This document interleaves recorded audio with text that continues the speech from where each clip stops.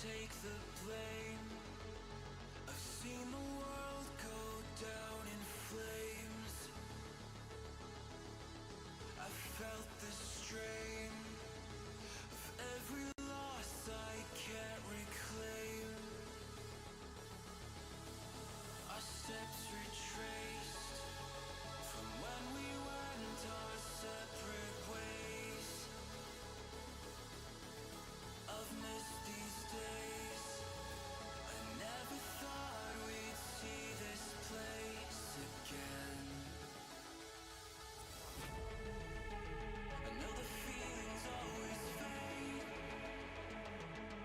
but nothing else could make me stay. It's not too late for us to slip away.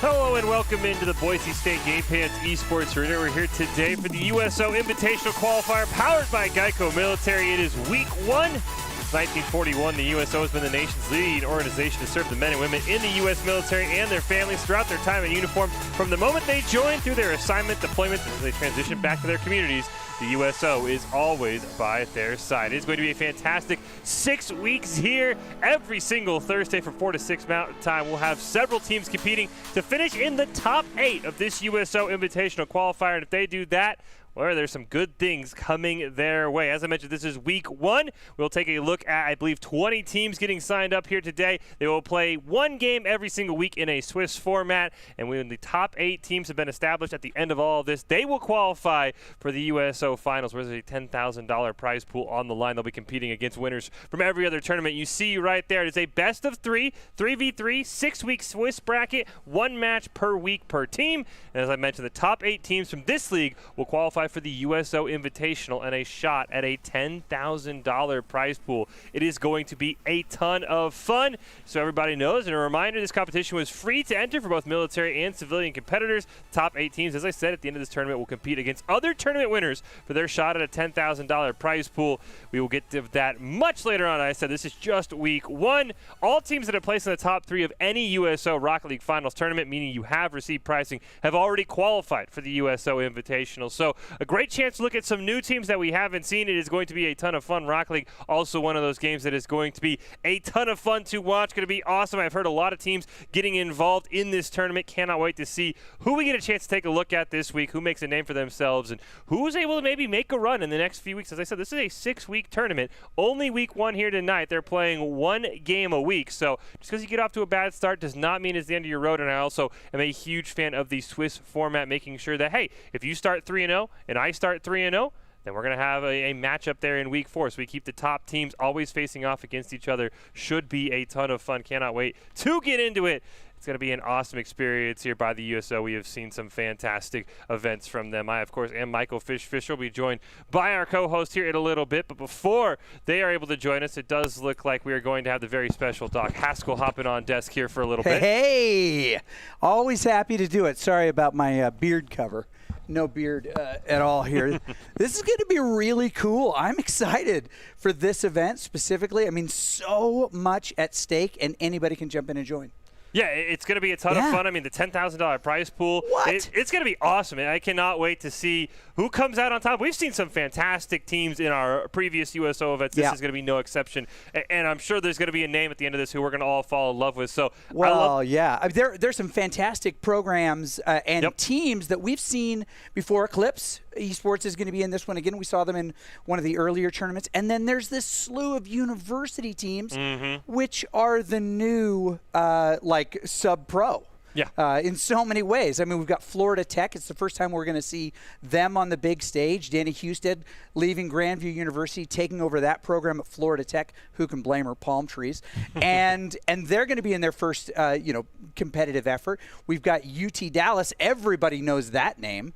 Greg Adler's made them maybe the most popular group out there. Any other names jump off the page to you? I know. I remember hearing that Wyoming, kind of our Mountain West representative, if you will. They're It's going to good. be in this tournament as well. Kind of, rooting for them as sort of our local neighbors. So, as you said, there's a ton of great universities, which is absolutely spectacular. There's also, I'm sure, some other teams that we have never heard of who are going to make a great run. And I'm hoping we get a chance to take a look at a lot of them, since it's just one game per week for each team. I think that really works out, that we'll be able to see almost every team, as opposed to if it's a bracket, you get a bad matchup. We never get to see you on stream. I'm a big fan of, hopefully we'll get to take a look at almost everybody, if not everybody, every single week, and kind of watch these players grow and get better and get closer and closer to that $10,000 prize pool at the USO Invitational once they qualify. And they're going to have some really tough teams to go up against in that Invitational as we kind of work through this. Yeah, we've seen some insanely good teams. As I mentioned, in the top 8 for this tournament, we're all said and done at the end of the 6-week Swiss format, will qualify for the USO Invitational. They'll be going up against teams that have finished in top 3 at any other USO Experience Rocket League Finals event. So there's going to be a ton of pressure, not only to get out of this group, because as we said, we've been naming off some of the teams. There's going to be probably a team or two we haven't heard of who makes an incredible run. Then you qualify. Then you've got even more tough teams to go against. It's going to be a ton of fun. I cannot wait. These next 5 or 6 Thursdays are going to be absolutely awesome to see who is going to come out on top, who rises to the top. And maybe if a team has a bad week 1 start and then maybe makes a crazy comeback at the very end, those are always my favorite storylines to follow as well. So this is always an interesting thing to think about. But in a Swiss format, it does not benefit you to be undefeated. You get a much bigger pool in the second week if you have a loss. Some people have suggested that in the first week of any kind of Swiss format, it's important for you to not win so that you can always face more consistent opponents and not just be facing down just the murderers row. I mean, that is an interesting suggestion, but I'm always a big fan of just winning, because you never want to be that team that, okay, let's maybe do this in week 1, open up a better pool, and then maybe something crazy happens in week 2 or week 3, and then all of a sudden you're like, wait, we're better than this. Why are we 0-2? Why are we 1-2? So, I'm always a big fan of, if you're on top and you're 4-0, who cares if you go down to 4-1? Being at 4-0 puts you in a lot better spot, that already kind of in that probably top 8, than it is like, oh, we got to win this week. If we don't win this week, we're done. So I'm always a big fan of just, hey, win, take care of business, control your own destiny. I never liked the whole, well, if this team loses and then this team ties and then this team has to go to overtime and then we have to win by 5+ goals. Like, I don't want to deal with that. That's way too much. It's way too much. Also, it discounts the possibility that there's a very mediocre team that drew, the League of the Decrepit in week 1, and while they do have a win, it is maybe not an indication of their ability. Yeah, it's going to do a really good job of, you always hate when you have a tournament and you're like, well, that team had the easy road. They didn't have to go up against the same row we did. We're the real champions. Now it's like, hey, look, you guys both met at 3-0. If you beat them 2-0 by 10 goals each time, clearly maybe their record was inflated. It's a really good job, I think, of making sure. But at the end of the tournament, you can say the top 8 is exactly the top 8 deserves to be, because they played the toughest schedules. Not, well, that team, like, they got lucky. Somebody no-showed. Somebody else forfeit. Someone else had a 3v2. This one really removes all the excuses that teams can try and make about, well, that team had an easy run. No. You played who you're equal skill against based on your record, and I cannot wait. I'm excited to get in this first matchup, see some of the teams, as you mentioned, making their debuts. Of course, I think Wyoming's kind of the team, at least in my mind, that I'm going to be rooting for just a little bit, because they are our neighbors here, just a few states away in Idaho. So love to see the Mountain West get a representative, and anytime Boise State's not involved. So would absolutely love to see Wyoming make a good start to this week and get a win here in whoever their first game is going to be. So with no multiple tiers, how do you get yourself up for this first match? Oh, that is a great question. It's actually going to hop right into it. It is Florida Tech that you were talking about. Let's go. I think you just have to come in and really just assume that the other team's better than you. You just have to say, you know what, we're the underdogs. And I think that's exactly what you got to do as Florida Tech here, taking on Abstract. Florida Tech in the blue, off to a slow start as Skies got it right for the net. And what a great goal from Skies to start off. Oh, my goodness. It comes up against the wall, gets that nice little flip reset, and says, boop, let's put it in with the spoiler. Balloons. Goodness. Yeah, and Abstract had the ball the whole time. We did not see the kickoff as something that we talk about every single week, no matter the format, no matter who's playing. You got to win your kickoffs. So we got a great chance here from Berto. Oh, barely stopped by Schmack. Do they have a follow-up from Dask? They do not. The Skies now looking for a pass over to a teammate. Bumpin has control. Oh, he wanted to knock Berto out of the way. Schmack going up for it. Oh, what a great dribble by Berto for the game-tying goal here early on. Berto with the filthy little boop right back in there. The follow-up is key. Getting down there fast as I'll take it right over the top. Couldn't get there in time. Nice try, nice try, Abstract. Florida Tech with the tie. Yeah, this kickoff goes, Skies with a clean win, but immediately hit back by Florida Tech. Ends up right in Bumpin's lap. Nice challenge, though, by Dask, who's going to dribble it up the field. Kind of hits off the wall, loses his dribble, but a teammate's going to bail him out as Grover looking for something in front of the net, but cleared away there. Bumpin struggling early, Skies, too, to get enough boost. Really on the side of Florida Tech, stealing the big pots right there, keeping them low. Finally, they get a little bit. They might be able to get a good clear out of this. And they do. Actually, that was the key. A little bit of boost, got a big clear. But Florida Tech doing a nice job of keeping the pressure high and starving that boost early. Well, Berto with a nice denial. Doesn't have a teammate, though, so Sky is going to reset. Once again, Florida Tech looking for a clear. They've got to get this at angles here. It's just being denied over and over by Abstract. You can see the Florida Tech boost starting to reach critical levels. Berto misses. Sky with the great punish. Yeah, great punish. That was a nice assist there by Bumpin to reset it right back in the middle. Schmack just kind of patrolling on the outside. We could see it from their view. Balloons again. Nice start here for Abstract. Still plenty of time, though. Of course, it is game one. Everything's a best of 3. So plenty of time for Florida Tech as Grover demoed off the kickoff. Schmacked with a huge pass over to Bumpin. Dask with a nice little challenge, though. Now Sky's going to go up for it. You see the boost once again, critical for Florida Tech. Sky's, though, denied right in front of the net. Florida Tech all on the Berto side right now. No participation really from either of the other Florida Tech players. They need to get in this game really quick. In fact, Basic sitting on a big old 0 there with just almost no touches. Dask looking for something here. Got Berto near midfield, stolen away by Skies. Looking to drop it down for a teammate. It's Schmack, get the 1v2, gets a great goal. That is really nice. As you see, 2 shots now, 2 goals, 1 big save, couple of demos, the splash.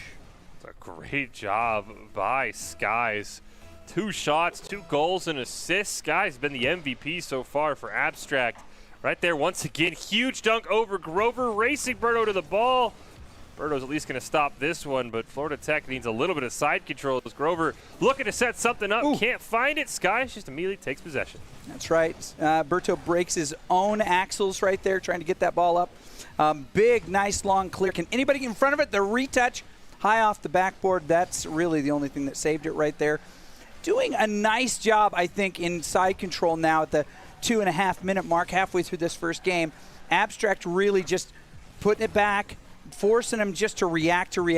They're not any control here. Couldn't get a big clear until just now. Bumpin immediately resets that clear, though. Going to pinch it all the way back to the blue side. Berto, touch stolen away. Kind of spikes it in front of his own net. Nice clear. Huge clear there into the corner. Follows. Oh, double commit. Can they punish it? Nice demo in front of the net. Dask, you got to do something. Make a play, and he does. There it is. Dask saying, see, I've been on this team the whole time. Score doesn't show it, but there I am. Really, really nice adjustment midair to get that nose on it, and they can't stop it. Great demo by Grover as well. Now adding a second one to their list of medals. Keeping Florida Tech in it as we have just under 2 minutes left. Skies, another great kickoff win. Bumpin just kind of touch, immediately retreats. Now Sky look for a pass over to the teammate on the side. Ooh, bad double commit there from Abstract, but they're not going to get punished. Das looking for a clear. Berto be able to dribble this one upfield before it's stolen away. And they got to get control again on the Florida State side if they want to put some pressure on Abstract. Right now, it's really easy to play up 1. You just got to keep them from doing what they want to do with the ball. You just got to keep it out of their control, which they're doing a really nice job. It doesn't take much. Really to do that. You just can't let it go all the way. Ooh, another great dunk by Bumpin to deny it clear. Grover going to try something similar. Does get it over, schmacked, but Skies is right there to deny it. Dask, oh, great setup off the back wall. Is Berto there in time? I think his teammate bumped into him. A huge double commit. Cost Florida Tech a chance. One kind of weak shot ends up going in. Oh, Berto. You know, I was wondering if that two-goalie system was going to cost them. An Abstract running those two goalies in there just did not give themselves enough clearance. Somebody finally left the goal, and Berto just sneaks that sucker in again. Yeah, way to stick with it from Grover. He had a great center. I think Dask and Berto collided. Grover says, no problem, I'll set you up again. And just like that, we've got a tie game. Demo there. Can they punish it for Florida Tech? Does not appear to be so, but Berto gets a nice little dribble. Poor Skies clears it away, and we take down under 60 seconds. Grover can't deny Skies, but Dask going to change sides of the field. Yeah, they're just playing tennis now at this point. Just hard volleys back and forth. It looks like they may be actually able to set up a second shot here. Bumpin not able to put it exactly where it wants. Not a lot of passes taking place in this game at the moment, but a big push right now. This is very, very dangerous for Florida Tech if they can retain control. By them, I mean Abstract, and get another shot. And when you let it linger like that, you get shots like that and follow-ups like that and putbacks the third time like that, and you take over. Berto with a great denial, but they aren't out of the woods yet. Oh, they all bailed out. Abstract wastes a huge opportunity. Florida Tech now has 10 seconds to win it in regulation. Never mind, schmacked with other ideas up in the air. Sky's going to elevate. Barely gets it on target. Do they have one more chance? Bumpin keeps it alive. And everyone just kind of dodges the ball, and we reset for overtime. He was like, I'm going to go get this mega, and then we're going to do this again, and he didn't get there in time. Oh, cheat up the kickoff! Oh, Grover. Grover, the savior of the team, doesn't get credit for an epic save, but in my opinion, that was an epic save. Skies wants to keep the pressure on. Nice shot, but Schmack immediately denies it. Can he play it off the wall? No. Nope. Skies gets tangled up there with a couple of players, wants to recenter it for a teammate. Kind of bumps Dask out of the way, but both teams going hard here in overtime. It looks like we'll get a bit of a reset here. Yeah, so Schmack playing with my controller. Shot! Bumping. Scores. That's game. What a great setup here. Dask just can't get the clear. Skies with a perfect setup to bump in. Nothing you can do on that back post and Abstract.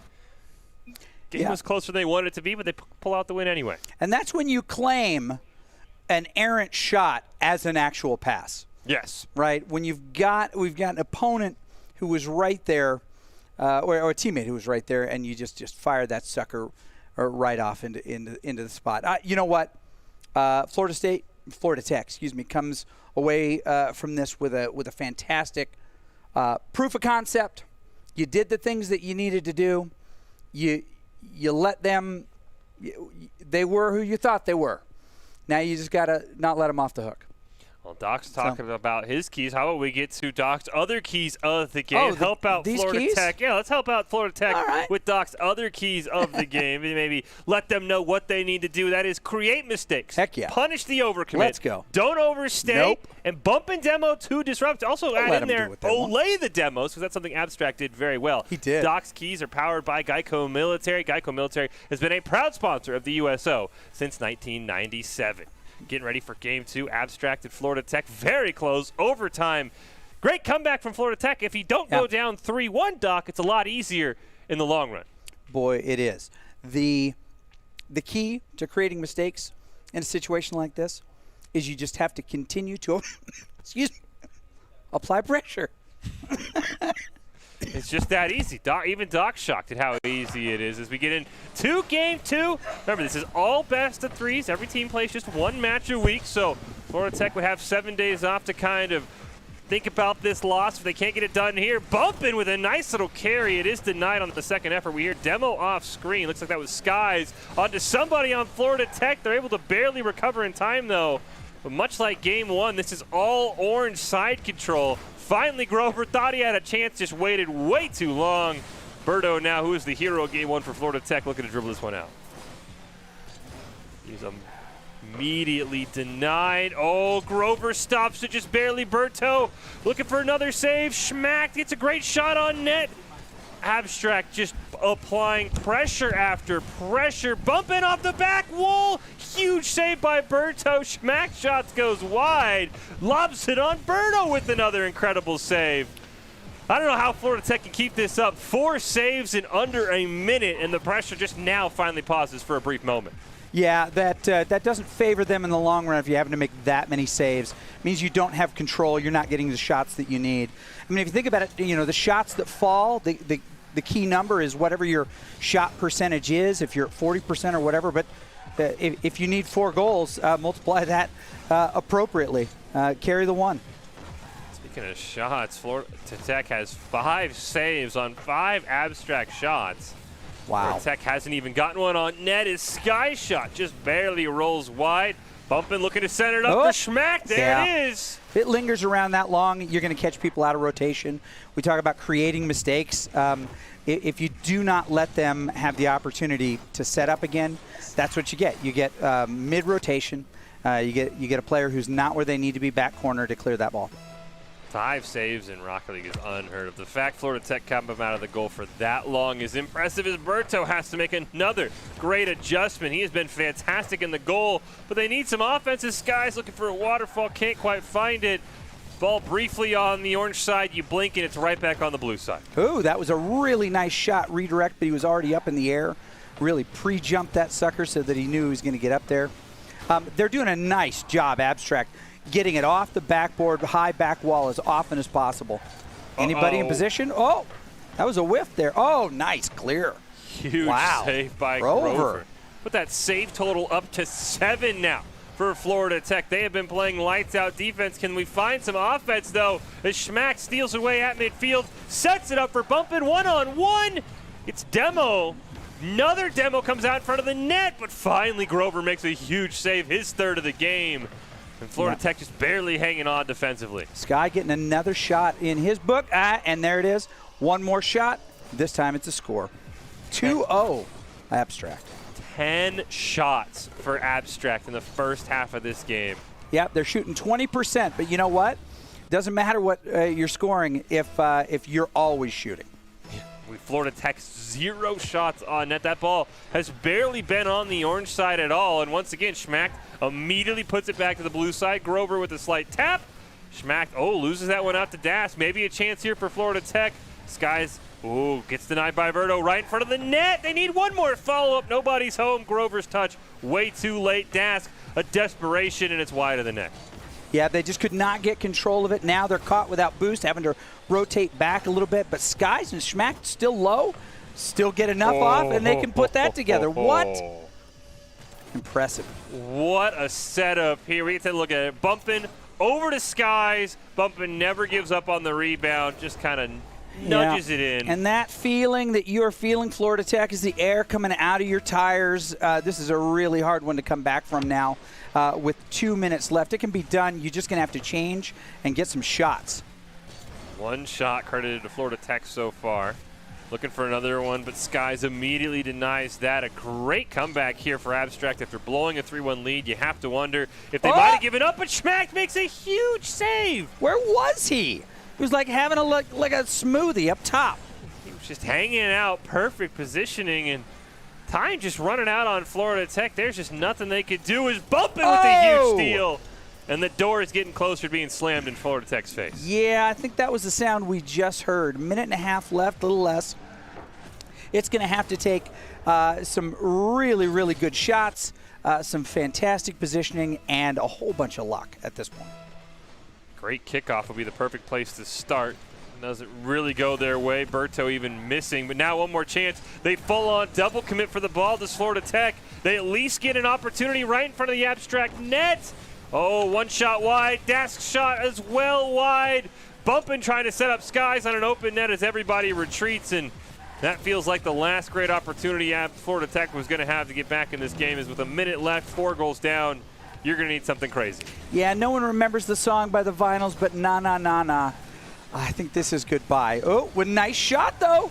They can get a little redemption. You know what? A 1 score turns this around for you. 1 score is at least a great place to kind of build some momentum, get ready to go for next week. As we mentioned, 1 game per week per team. A great shot there by Bumpin', barely misses.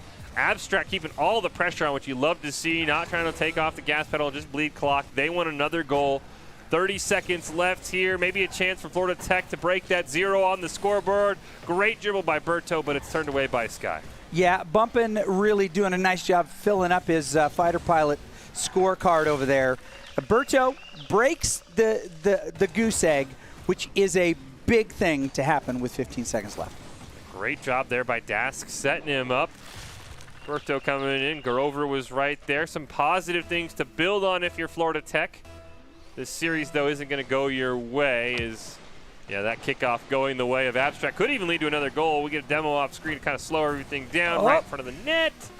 Yeah, you just got to prevent them from scoring again. Get a big old boomer out there. It's probably going to Well, it's still alive. You just keep playing it while it's alive. What? Oh. Just off target, but my goodness. Yep. What a game from Abstract, taking down Florida Tech in our first game of the night. Yep. Fantastic sign of things probably to come here in this USO Rocket League qualifier here, the USO Invitational qualifier. Great game by Abstract, 2-0 winners. But, I mean, Florida Tech, as you mentioned, getting in their first little toe in the water. Yeah. Some good things, some good learning opportunities. Great news that this is a 6-week Swiss tournament. They're not out of it yet. Maybe even, as you mentioned, that 0-1 start makes it easier in the end. But game 2 for Abstract, they impressed me. Absolutely. Yeah. Abstract showed you a lot of things that you're going to expect to see in the top teams. So Florida State falling to Abstract in week 1 is not really that big a deal. There's a lot more time left to go. They show you that they can absolutely air dribble, that they can get these beautiful flip resets, that they can put their car in a position to actually get the shot that they want. Berto, especially for Florida Tech, did the same thing. I think that these are a lot closer to siblings than they are, wrong ends of the Swiss formatting for week 1. I think that they may actually see each other again. Yeah, I would fully expect Florida Tech to sort of figure things out. There's some great learning opportunities. And game 1 was a great example of, even though you're down, they battled back. And game 2, you thought maybe they'd have a chance, but Abstract, absolutely insane. Minute and a half in the game, they have 8 shots. They're averaging a shot every 20 seconds. That second game was just ridiculous. You can't defend against that. We talk about it all the time with players is somebody's going to make a mistake if you take shot after shot after shot after shot. And that's exactly what happened. You eventually get caught out of position. Yeah. You get caught with no boost. Where there's some great boost denial from Abstract. All of that fantastic. Great start to this USO Invitational Qualifier. Cannot see where we go next year. Of course, powered by Geico Military. It's been a ton of fun already, and we've got some other big-name teams we haven't even seen yet. Yeah, I'm really excited to see specifically Eclipse. We've seen them in the past. There's some goofy ones in there as well that we just don't know. Yep. You only need 3 good Rocket League players. Okay, let's correct that. You only need 1 good teammate, and you can have a good team. Yeah. We have one guy who can just put a bunch of shots on net. We've seen it all the time. That guy can easily get 5-6 goals as long as you can play like some semblance of defense. You are totally fine. So, yeah, if you have 1 good teammate and 2 guys who know how to set up that teammate or even just don't get in that teammate's way. Just stay out of their way. Just play defense. Let them do their thing. Yep. Looks like we are almost ready to go here to hop into our second match. As we said, everything will be a best of 3 this week. We should get a chance to see a majority of these teams at least one time. We got our next matchup here. It's going to be Perron versus Yeetables. That's a fantastic name. It is. Already a favorite in my book. Is it Yeetables or Yetables? It's hard to know. It's got to be Yeetables. Yeah. Let's see which side of the yeet they apply to. Do they have the ability to be yeeted or yet? Yeeted. You don't want to be yeeted. You want to do the yeeting. You want to do the yeeting. Yeah, so if you you're want to do the yeetable, it kind of sounds like you're on the wrong side of the yeet. Yeah, unless they're saying they have yeetability. But they didn't really do that. Yeah, you know what? The more I think about it, great name, bad idea. It doesn't set me up with much confidence. Let's see who does the yeeting in this. I'm waiting for them to get all set up here. Everything best of 3. So, hey, you lose game 1? Mr. Fisher, how important is the name? The name is very important. You have to let your opponents know that you didn't try too hard to come up with a name, but it was creative, So where's the line? Because as a fantasy football aficionado, as you are known to be, the name is really, really important. Exactly. Leaning on a pun, as Yeetable Yeah, exactly. A teammate's name. If you have a good teammate, you can definitely make some sort of pun on. That's always a key. So where do you grade yeetable in the names? I think I'll give it a B minus. If somebody has yeet, like not forced in their name, not like I will yeet, it's like, okay, that's kind of like I can see you force that. But if you somehow worked in creatively yeet into your Rocket League name, all you can yeet. Yeah, all you can yeet. Then I give you a B plus. I mean, it really depends on how they played off their teammates' names in creating the team name. It's got to be like one big circle. Yeah. Okay. I can get behind that. Yeah, it's got to encompass your team name. If somebody's got like a killer name. You know, like Doc, and you can come out, somehow say, you're heading to the docks, and the Doc puts up 5 goals in the game. Then you're like, okay, these guys are here to play.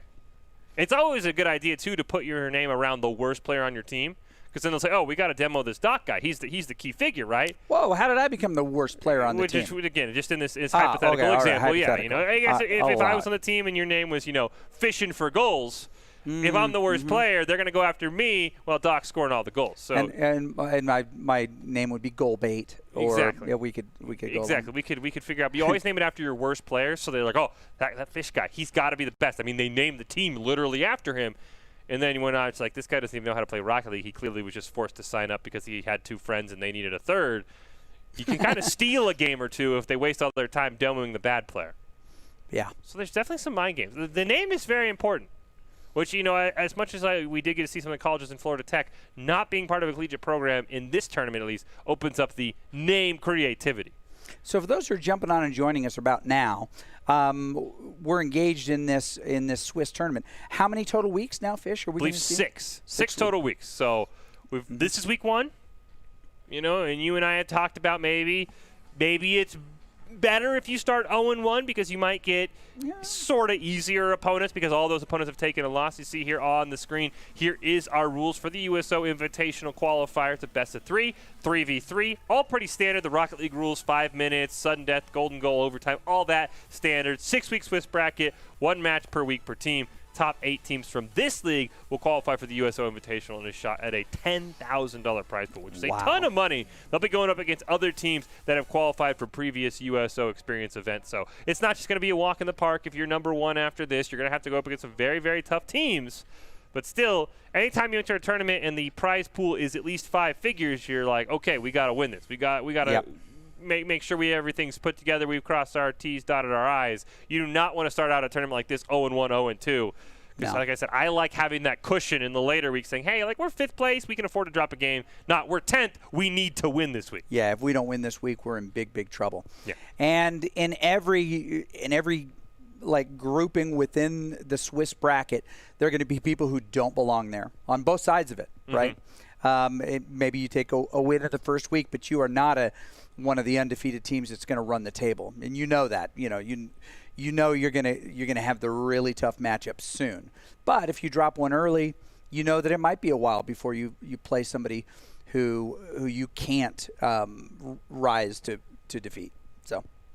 Yeah, the 6 weeks should be enough time. I think I like the 6-week format where it should be enough time. By the time we get to week 4 or week 5, I think everybody's going to kind of settle in to their correct spots. Maybe if a team had some just crazy luck where they got, they won this week, they get another team that maybe is on the weaker end, and then they somehow get another team. But usually once you get to week 4 or week 5 in a Swiss format, everyone's sort of filtered into the correct spots. If you had a bad matchup week 1, you can sometimes come back. If you had maybe an easier matchup week 1, you sometimes going to get forced down. So I'm a big fan of the Swiss format. I think it's very hard to pull off because it's, okay, how this team's 1-0 and there's 8 1-0 teams. How do we make them? But in the end, it really kind of makes sure we know the best team is 6-0. We know that is a case, not a factor of, they just got an easy bracket. And that's all it was.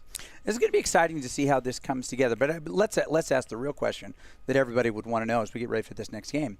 If we were on a team, you and I, and say a ringer, just a phenomenal player, a Cosmo Buster, a Durtho, one of those.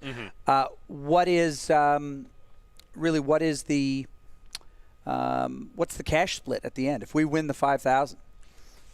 I mean, obviously you try and argue to split the cash fairly, but if we've got a ringer, it's probably like, 3,000 to them, and then maybe you and I can get away with 1,000, maybe even 4,000 to them, and 500 to us. I think it really depends. If you can have that one game where your ringer kind of like either falls asleep or you can capitalize on an easy matchup, you're like, look, like remember that one game I scored like 5 goals? Like, yeah, we won like 18-0, but like I scored 5. Like, All right. You got to pick your spot. Like, you and I would be kind of battling. Like, I'd pick my spots. Like, hey, remember that time I made that huge save? And the ringer's like, well, it was 6-0. Oh, no, but it was a huge save. Remember that. Yeah, like, yeah. Doc was over there getting boost. I don't know what Doc was doing. I had that great save with 10 seconds on the clock. I want all the boost. I want it all. I want it all. I don't need it. I'm at 97, but I'm going to go get that one. Exactly. Or you say, like, hey, let's all split the prize money, and then, like, I'll take the ringer out for dinner one day, you'll take him out the next, and we'll spend our prize money on him. Good call. Hey, maybe, let's all combine. We'll buy you a 30-80, and then we'll keep the extra $200. There's some ways to get the cash but still keep your ringer happy. Yeah, it's very, very, very true. All right, I like where this is going. I like where we're spending it. We haven't talked a lot about silk robes, matching silk robes or anything like that, but I think we could do it. Hey, here we go. Here we go. Yeah, sounds like we just heard the word. We're going in now. We're gonna hop right into it. Oh, Eatables and Perron. Eatables in the blue, already defending, and Perron takes an early lead. Yeah, they do. Coming in strong right here. As we see, Blathers setting right in front, trying to get that. Can't do it. Ooh, the Dragons, the Black Dragons. It's always fun to see new teams and see what they've equipped. Yeah, after a while, you get tired of the same goal-scoring animations. As Kemma looking for a pass over to a teammate. Brun's part, looking for a great setup. We hear Demo off screen. Still pressure, though, for Perron. Looking for the double tap. He can't quite find it. Almost had a rule one there. Oh, he jumped out of the way of that ball like a boss. Kemma Jam with a great goal here. See, once again, just dominant side control, this time from Perron, and they're already up 2-0. 3 shots in 25 seconds. Yeah, that is really, really fast. Perron doing a nice job like a boss, getting out of the way like a boss. Misses it right there. This is not looking a good start for Eatables. I think we know which side their name falls on at this point. They're playing great. I mean, they're out here competing. However, they need to start filling up those cards a little bit next to their boost meters. I am happy for Eatables, so they have found apparently the evil or maybe good twin of Boise State's not Koba, as they have Koba. Koba. So yeah. they have found Koba. We have not Koba, so maybe they can channel their inner energy here. Is Koba? Oh, gets denied there. Great opportunity. Brun's part. Now looking to set up a teammate there right in front of the net, but Blathers this time makes a great save. Oh, backy flippy. Very Sending nice. it to nobody, though, unfortunately. Just a communication breakdown. I think Kem-Jan was just staying back, being cautious, didn't want to allow a goal in. Nice control to get it out of there. Gets it to midfield, and then immediately blocks it to get it down there. That was actually a really, really nice play. Blathers, great touch here, like a boss, racing in. Oh, they got to get it. They got to point that sucker at the goal. Shot. Oh, just high. Crossbar, 4th member.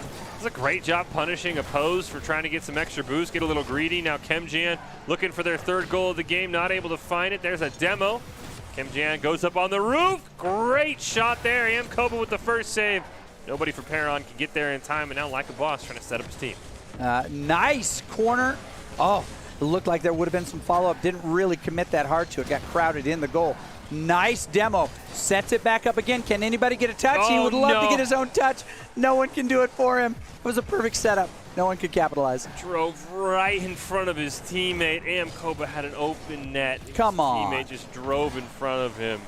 Got to clean up those comms if you're Eatables here, but they've kind of refocused after those 2 early goals. Now Blathers, great chance, does get bumped off, sets it up, and unfortunately Koba runs right into him. Eatables just got to work on that communication. Look a little bit too solo QE right now. Yeah, a little bit. Double in the goal again. Woo. Big shot. There were 2 people there. They could not do it. Like a boss also jumping out of the way. Hat trick for Kem-Jan. Like a boss. Look at this. Just a great shot up top. You can't do anything about that unless you're already sitting up there. And Kem-Jan 4 shots, 3 goals. The rest of the game combined has 2 shots and no goals. They have absolutely taken over for their team. But Bladner's great opportunity, just wide of the net. Yeah, catches him out of rotation, trying to do that nice big putback. You know what? You got 2 minutes left in this game. You got to hit the reset button, Yeatables. Treat it 0-0. Don't worry about the score. Just get control, make good plays, take good shots. Wide open net down there. Can anybody get it back on course? Doesn't Yep. There it is. Pose, great punish there for Perron, immediately flipping the field. Like a Bosch just gets punished for a little bit of a bad touch. Oh, right around Blathers, too. That's a great pass. Errant shot or great pass? You be the judge. I'll give it. That was a great pass. That was all right. You cannot thread the needle, accidentally on that one. That was barely above the hood of Blathers. As now Blathers looking to dribble this one out, ends up retreating. It's Kemajan. It's a nice little shot on net. Yeah. Blathers with a great touch. Amkoba going to blast it down into the corner, but opposed right there. Great denial. Yeah, it was a great denial, and they're getting so much speed on those clears that they're just booming all the way back nice and high. That's one of the things Perron is doing well in this game, just getting big, powerful, high-speed clears up, trying to oppose, trying to get this. Going to reset one more time. Boy, if you had a little bit more boost, you could have touched it a third time. Oh, Amkoba with a nice attempted clear gets blasted out of the way. So Brunspart, great back pass to a teammate. Now Opposed wants to carry this huge launch down. Can Kemajan get the rebound? No, Opposed shot wide. That was so close there too, trying to get back into position to Opposed. Tangled up. Whoa! Nah, I don't. I'm the opposite. I think you keep playing. We'll debate it in between. Oh, that is party foul. Yeah, the unwritten rules, don't get me started. Yeatables need to get a couple more shots on goal or some shots on goal. I see only one. Ooh. Like a boss with 1 shot on goal. That's going to be 5 for Perron right there. Great job here by Kemajan, looking like the MVP. Nice setup from Brunspart, too. Also waiting down in case the rebound went awry. Perron looking like a very strong team here. Yeah, you see Like a Boss calling him out in the chat. Because I like to see Rule 1 breaker in the house. You'd like to see the Rocket League deities punish Perron in some way, shape, or form. Yeah. Don't think that's going to happen, at least in this game. It's Like a Boss with a huge clear down. Stal, as they're trying to set this up, and Yeatables just to get a shot, 30 seconds left, they've just got to get clears and just start flying to follow. Passing is not working for them. They just got to start booming it. Oh, can you set?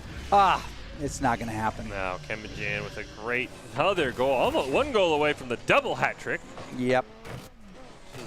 Just a great job, patiently nice touch, waiting, nice touch. Taking advantage. They're calling this a double hat trick in production, so I guess we'll have to give it to them.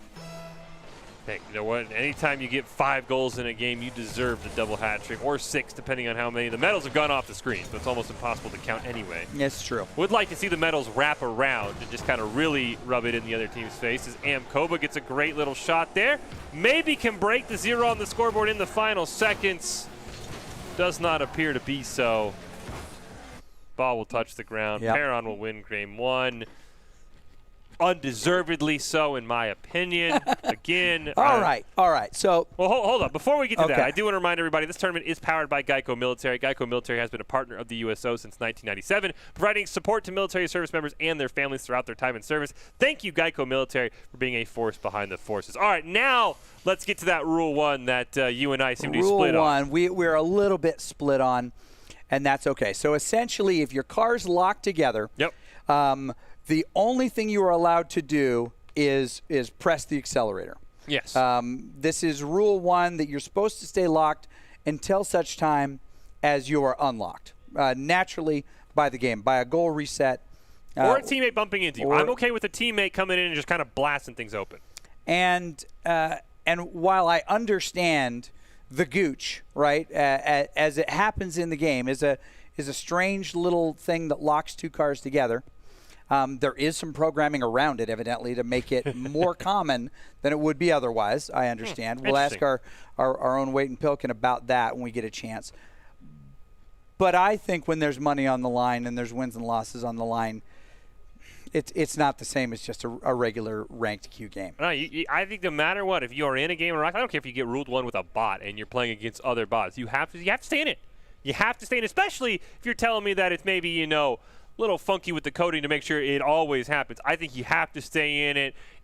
We've seen in the past in different events where a team will break a rule one, either like that or somebody goes in reverse, and they have lost. So Perron did not fall to that curse. But no, I think if you get locked in, if you cannot move, you either got to call for a teammate or you've got to let a goal reset everything. And I am glad that they were called out in the chat. I believe it was opposed, so we will keep our eyes on you opposed. At least I will.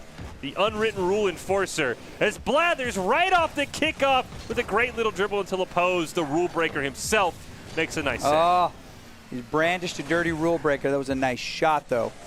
Very, very clean. Like a boss tries to center it again, but to the wrong team, unfortunately. You can't let them have those nice, easy setups. You got to get that sucker out of there. Boom it out. Get gone. Huge. Oh, big chase. Can he get it? Anybody blue get on it? Doesn't look like it. Oh, nice little back touch with the bumper. They're not playing very good right now. Yeetable's anticipatory wall plays. They're not playing rebounds well. They're not playing those cleanly. It's like they don't react to where it's going to be. They just kind of chase where it is. Yeah, the offensive possessions for Yeetables have felt very Bumblebee Soccer-esque, where everybody's running after the ball. You're not setting up a teammate. We've seen a lot of double commits, players getting in their own way, as opposed with a nice little shot. Kemajam, as we mentioned, 5+ goals in the last game. Someone you definitely have to watch out for if you are a Yeetables defender or a Yeetables fan. All right, now we're already a minute into this. Is a very different game. Now, at this point, in the last game, it was already 2-0. By Perron, and Yeetables playing much better. Yeah, so far Yeetables has had a much stronger game two as Blathers with a nice blast down. Can he play the rebound himself? Oh, it took an awkward hop. And Brunspart now going to dribble it into the corner, setting up a teammate. Is somebody there? No, like a boss with a fantastic clear. Like a boss getting a warm-up in, and my guess to Yeetables is they did not have an adequate warm-up trying to get into position here. Really nice touch on the putback. That's going to put pressure immediately on Yeetables to get that sucker out of there, try to get a big clear. But right now, Perron has control, side control. So we talk about, you get those big clears, you get your cars in position, and you just keep it where they don't want it on their side. Blathers trying to steal this one away from opposed, who centers it up for Kemjan. Waiting too long. Now you have a great chance here if you're Blathers. Panic just a bit. There was a wide open net. Amkoba with a nice steal. Ball just right of the net. Opposed misses on it. Brunspart centers it up to the wrong team, but ends up getting there before everybody else anyway. In this game, a lot different. Almost halfway through and like 2 shots aside. So 2 shots aside, Yeetables getting better at positioning, but they don't have many shots. Maybe now. Nice putback. Blathers not able to get on it. Does get a nice redirect off the wall, but the difference is Perron is playing those rebounds. Yeah, too much solo queues still going on here for Yeetables offensively. When we saw one player have possession, everybody else was back getting boost. There was no one to help him if he centered this ball up. We'll see if this one comes out any differently. It's like a boss. Ooh, challenge. Brunspart can't get it, but Blathers, nice stop at midfield. Opposed, huge shot. Like a boss comes in and stops the filthy Rule 1 breaker from scoring a goal. Now it's like a boss to Blathers, but a huge save from Parent. Filthy rule breaker doing a nice job of just getting back in position. They're trying to get more shots. Yeetables just, I can't believe the score is so low here. They got to get a big clear. They got to get a nice follow-up. I think it's time to start bumping cars if you're Yeetables. Yeetables has hung on here, and if side control has been clearly in Perron's favor, the Yeetables has still maintained a 0-0 game. Brunspart, though, with a huge shot off the crossbar. One more time off the crossbar. Yeetables trying for the clear. It's up to Amkoba. And they can't stop Kemajam, who scores once again. Amkoba is in the goal when it happens. Has the best view of it. Can't get to the front side of it in time. Dragons kick him out. Yeetables still has a chance. They've kept this game this close. They just need to manufacture some offense, and that was a great way to start, but a nice delayed little cheat there by Perron. Stops that kickoff win. Oh, huge shot from Amkoba trying to redeem himself, but opposed pushes it high. Yeetables just need a goal here now. That's what they need. Doesn't matter what the outcome of this match is as much. They just got to get some confidence. And That is not how you do it. That is the caster curse in full effect there. Nobody is immune to it. Great setup here from Brun's part. Even had a post right next to him. Which is stronger, though, the caster curse or the dirty Rule 1 cheater curse? Apparently, the dirty Rule 1 cheater curse has decided to take the day off. That's what I'm saying. I don't think it's science. Maybe you're right. Maybe when prize money is on the line, the Rocket League overlords decide that Rule 1s are okay, but that's definitely not something we want to encourage. As opposed, puts another one in. It took them longer to get going, but much like Game 1, Perron looking like they're going to pull away from this one and win pretty handily. Yep, Perron sitting there in the frozen yogurt store, just putting all the toppings now on. They were being, pretty smooth for a little bit, but now they're just getting greasy and greedy. They're just taking all the goals they can get. Ooh, what a touch by a post. Yep. Oh, my goodness. Oh, my. Wow. Yep. The technical skill here. At this point, Yeatables should just lock arms at the goal and hope to accidentally get in the way of a couple of them just to prevent this sucker from being 6-0. It was, for the first 3.5 minutes. Yeah, it was great. Did a great job. Even for the first 2.5 minutes, I think each side had only taken one shot, but Perron showing some great finishing here, being able to go from 1-0 to 4-0, really slam the door shut on Yeatables. Pick up a very necessary win here. Go to 1-0. Is this one maybe going to get cleared away? No chance, though, for Yeatables to score their first. I don't think so. And, while this game is still going on, I don't want to prognosticate what it would be like for Perron and the ones we just saw win that, who would be better, who wore it better. But it does look like Yeatables is going to spend a little bit of time going to the woodshed, learning how to do this. Oh. Well, maybe there's a shot. Probably not. It'll touch. Yeah. It'll be over. There we go. Perron with the great win there, despite my now hatred, if you will, of the team and their you've blacklisted him now. disrespect of the rules. Rule 1, not the official rules, just the unofficial, The unwritten Rocket League. The breaking a rules Rule of 1 if you did miss it there, but they are still the winners. So huge congratulations to Perron, keeping that win, moving on to that 1-0 side of the Swiss format here. Great job overall by them, looking pretty strong. A reminder, the USO MVP Series is a unique opportunity for service members to connect and interact with all kinds of celebrities. The MVP Con is an even bigger event with chances to meet celebrities from movies, TV, and video games. For more information, please visit usomvp.org/MVPCon. Two great games so far, Doc. We'll take a quick break here. Do you have any closing thoughts here on what you've seen so far? Yes. I'll simply say this. Yeatables and a team like Yeatables, you can tell they haven't played together very much because they don't have coordinated elements like kickoffs. Yeah. It's whoever's trailing doesn't seem to know where the ball's likely going to go and is not making a play for that. Now, I could be throwing them under the bus, so I'll speak a little louder so they can hear me under the bus, but make sure that you understand how you want to play as a team and what your job is going to be in every moment. And that's what will elevate them.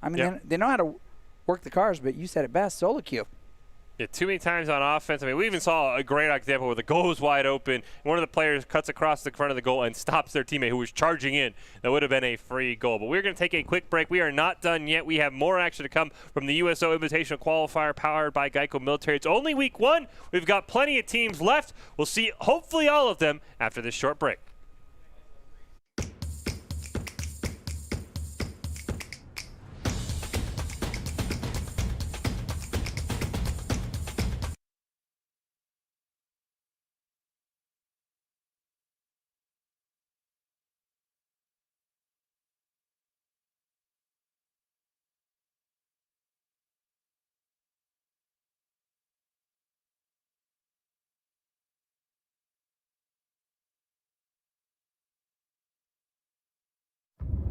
Four years have passed since the mortal races banded together and stood united against the might of the Burning Legion. Though Azeroth was saved, the tenuous pact between the Horde and the Alliance has all but evaporated. My name is MA3 Centennial, Adrian. I play World of Warcraft. A great game. I've been playing it for 14 years. My father, me and him play the same game, so it gives us a chance to talk to one another while also interacting with one another in a different type of reality.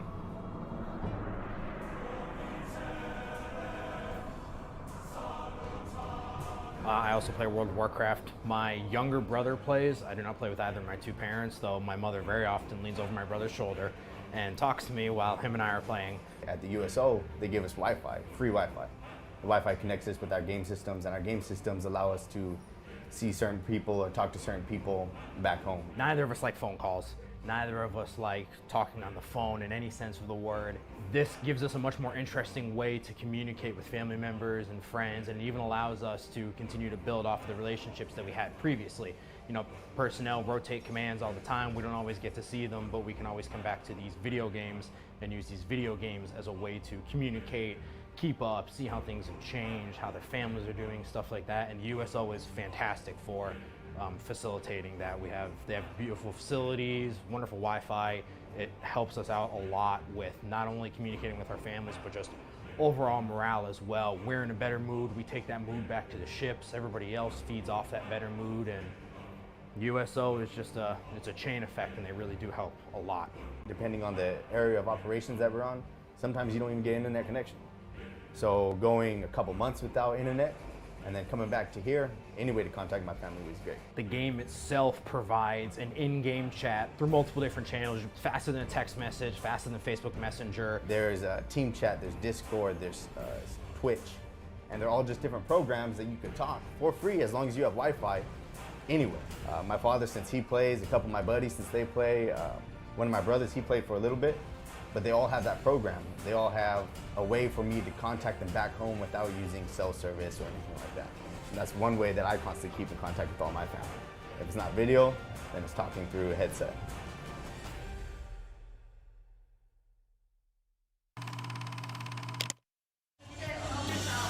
I wanted to go on the USO tour here in Alaska because I've actually never been to Alaska, but more importantly, I've never done a USO tour before, and this was an opportunity that I just couldn't pass up. I told everybody on my team I really want to dedicate some time, visit some people and thank them in person, and we just, threw this together, and everybody was very accommodating and made it happen.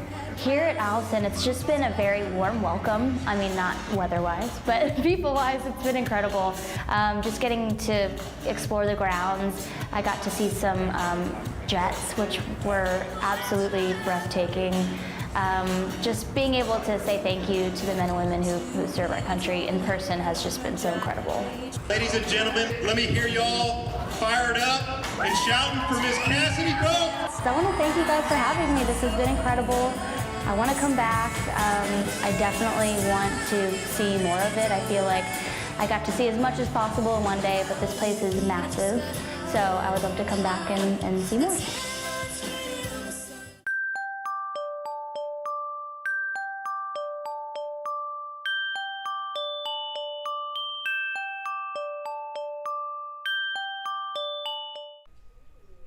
Welcome back into the Boise State Esports Arena here today for the USO Invitational Qualifier, powered by Geico Military. Since 1941, the USO has been the nation's leading organization to serve the men and women in the U.S. military and their families throughout their time in uniform, from the moment they join through their assignments and deployment, and as they transition back to their communities. The USO is always by their side. It's been an exciting kickoff here to the USO Invitational Qualifiers. As we mentioned, this is the last chance to qualify to compete in the USO Invitational. There's a 6-week Swiss bracket, weekly matches. Every single match is a best of 3. The top 8 teams from this league will qualify to compete in the USO Invitational, and they're part of a $10,000 prize pool. Any teams that have placed top 3 in a previous USO Experience Rocket League Finals tournament, meaning they have received prizing, have already qualified. So that USO Invitational is going to be a ton of fun. I'm now joined by Jacob, Jem, Mountain Palmer to help me call the rest of the action here, and it has been a ton of fun already, Jem. And we might even see a Mountain West neighbor in this tournament. There are a decent number of colleges that have entered. Seems like we are potentially leaning to seeds the University of Wyoming in our next match here, so that should be a ton of fun. Wyoming is an interesting team that's had a history of Boise State. So they've been one of the teams that, few of the teams actually, who have actually shown up here to this arena to compete against Boise State. So we've kind of had a long history of them as sort of a sibling in our geographical region. So I'm going to be very excited to see how Wyoming performs here, and hope they do well. Yeah, I believe they're taking on, it looks like I said, Wyoming versus Eclipse is trending to be our next matchup, I'm told, and I know Eclipse was a team that Doc was very high on. So should be two teams that hopefully come out guts a place. We haven't had the most competitive series so far, though we did have a great overtime game in our first game of the night, but after that, teams just kind of took over, so hopefully we see a even match game here. But of course, with the Swiss format, sometimes week one you can have games like that, but you're of course all trending to sort of funnel teams in the right direction. So hopefully we can see Wyoming come out on top. As I said, they're probably my rooting favorite just because they are a geographical neighbor, as you mentioned, Jem, a team in the Mountain West. I always like to see the Mountain West succeed when Boise State cannot be a part of an event. So hopefully they're able to take down Eclipse, just kind of waiting for everybody to get into the lobby, get ready to go. And just a reminder, this competition free to enter for both military and civilian competitors. As I said, the top 8 teams at the end of this league will compete against other tournament winners for their shot at a $10,000 prize pool. So it's going to be a ton of fun. A multi-league format like this, Gem, also opens it up to maybe if you have a slow start, you're able to take some time, review what went wrong in weeks 1 and week 2. So it is nice to see that just because you lose early, you're not out of a chance to qualify in a few weeks. Yeah, that's what happened last time we hosted a USO event. 2 of the teams didn't quite make it into the cut, and so they competed the second time in the second qualifier and were able to make it into the top 8. So you're completely right. Just because you have a rough time in this particular bracket doesn't mean you're out of the running. So look for teams, especially if we see any very close matches with overtime. We might be seeing more of them even if they are on the losing side. Yeah, could be getting ready to go here, Wyoming and Eclipse. Of course, while we wait to get into game, it doesn't hurt to get these teams. Maybe we've given them our keys a bunch of times. It doesn't always hurt to give them Doc's keys to the game, let them know exactly what needs to be done here.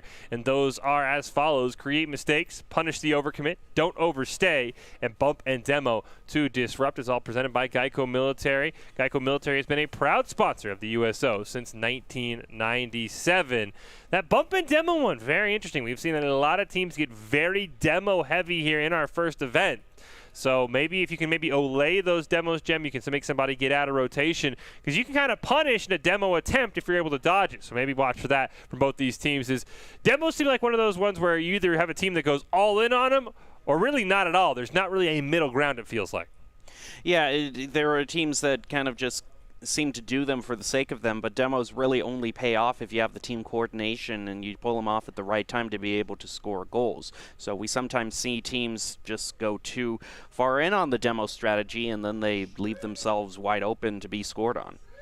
Just waiting to go here for our next game. As we said, this is just week 1 of a 6-week Swiss format. Here are a look at some of the teams here. We've seen a couple of them. We saw Florida Tech. We saw Abstract.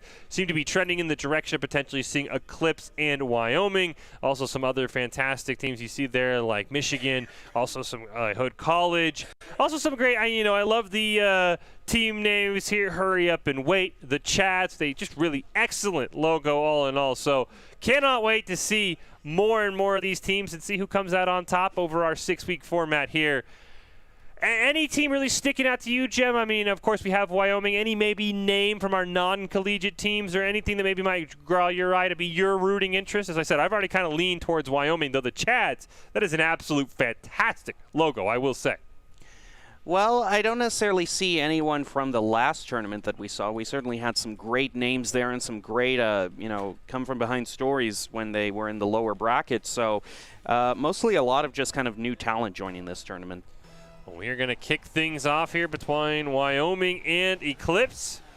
Game 1 of a best of 3 here. As we see this one cleared all the way down. Your boy Rich with a fantastic roll-in goal, putting the orange side up early.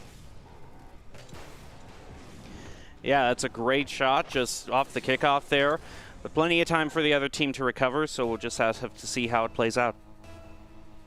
Wyoming in the blue. As I have been told, I knew one of their players' name was Colorado, which is kind of ironic since you go to the University of Wyoming and you're named after a different state. So look at maybe rebound here, but a great touch by Eclipse just off the crossbar. Magician able to retreat in time, but a huge follow-up by your boy Rich. We've seen a lot of individual domination early on here. Yeah, a lot of great plays. It just doesn't seem like either team is fully just kind of getting those rotations down, so it might just be a little while longer until we see some great team play. Orange up 2-0 already here early on. Banjo in the corner now for Eclipse, who have got off to an early start. Your boy Rich looking for the early hat trick. Colorado able to deny him. But once again, Coop with a great carry on here. And so far, more of the same from what we've seen, but a huge attempt here. Colorado looking for the pass, not able to find it. Now Wyoming trying to get some sort of goal here. Colorado looking to center it up for the rest of Wyoming. Brenz is going to go in there, but the shot has way too little speed and isn't going to be scored on there. Now Wyoming's going to find themselves defending two of their members in their own goal. It looks like they're just kind of bunched up and stumbling a little bit here, whereas Eclipse is just playing wide over them in the air. Looked like they were trying to set it up for a shot there, but it just went off to the side. But look out here, Smondo unable to get a goal there, but nice waterfall in front of the goal. Magician and Colorado both kind of combined on the other one. Two Eclipse players miss, so Colorado gets a nice little shot on net. It is wide. Missed Magician, not able to find the ball either, as Brenz at least keeps it on the orange side. Colorado racing in, but Coop able to deny that. Your boy Rich, great setup for a teammate from Banjo over to Coop. One man to beat, but the shot is high and turned away. Now the ball is going to head off to the side as both teams look to try to gain possession of it. Colorado is going to be going for the center here, but it is quickly deflected there by Eclipse. Pushed toward the midfield. Going to try for the centering shot again, but Colorado, your boy Rich, just is able to keep the ball toward the midfield. Hands it off to Banjan here. Smondo looking for the goal here, but unable to set it up for a teammate. Wyoming just doesn't seem to have that clean of rotations. It seems like I'm seeing just way too much bunching up around the ball and double commits from them. Your boy Rich trying to bait somebody out of the net. Two in goal for Wyoming, but not able to make a stop. Miss Magician gets a brief touch on it, but Baggio able to keep it alive. Your boy Rich back off, but oh, great touch by Brenz all the way down into the corner. Goes racing in. Can't quite get to it. Colorado out of boost, gets a touch on the back tire. Kind of sets themselves up in a nice position, but that full corner boost stolen away. And Miss Magician trying to make something magical happen, turned away. Colorado looking to center it up, and wow, Miss Magician, it's certainly missed right there. That was just wide open there, just a kick in there. I don't know if I've ever seen a goal not made from that sort of angle.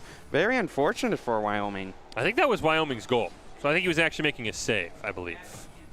And Wyoming is in the blue, so that was a save. My mistake. I apologize. For Miss Magician. You do not want to hit that one in, but the way things have been going for Wyoming, it would not surprise me as they have not been able to clear this ball away from the blue side for too long. As Miss Magician pass over to Brenz, ball bounce over his head. Your boy Rich gonna elevate for it. Colorado just a nice denial of a crossbar attempt. Miss Magician with another fantastic save, but the ball is kept alive by Eclipse on that blue side. Eclipse regains control of the ball. It's gonna be setting up for your boy Rich, unable to get the shot on goal there, but he's going to try again. Gets credited with the shot on goal there. Brenz with the save.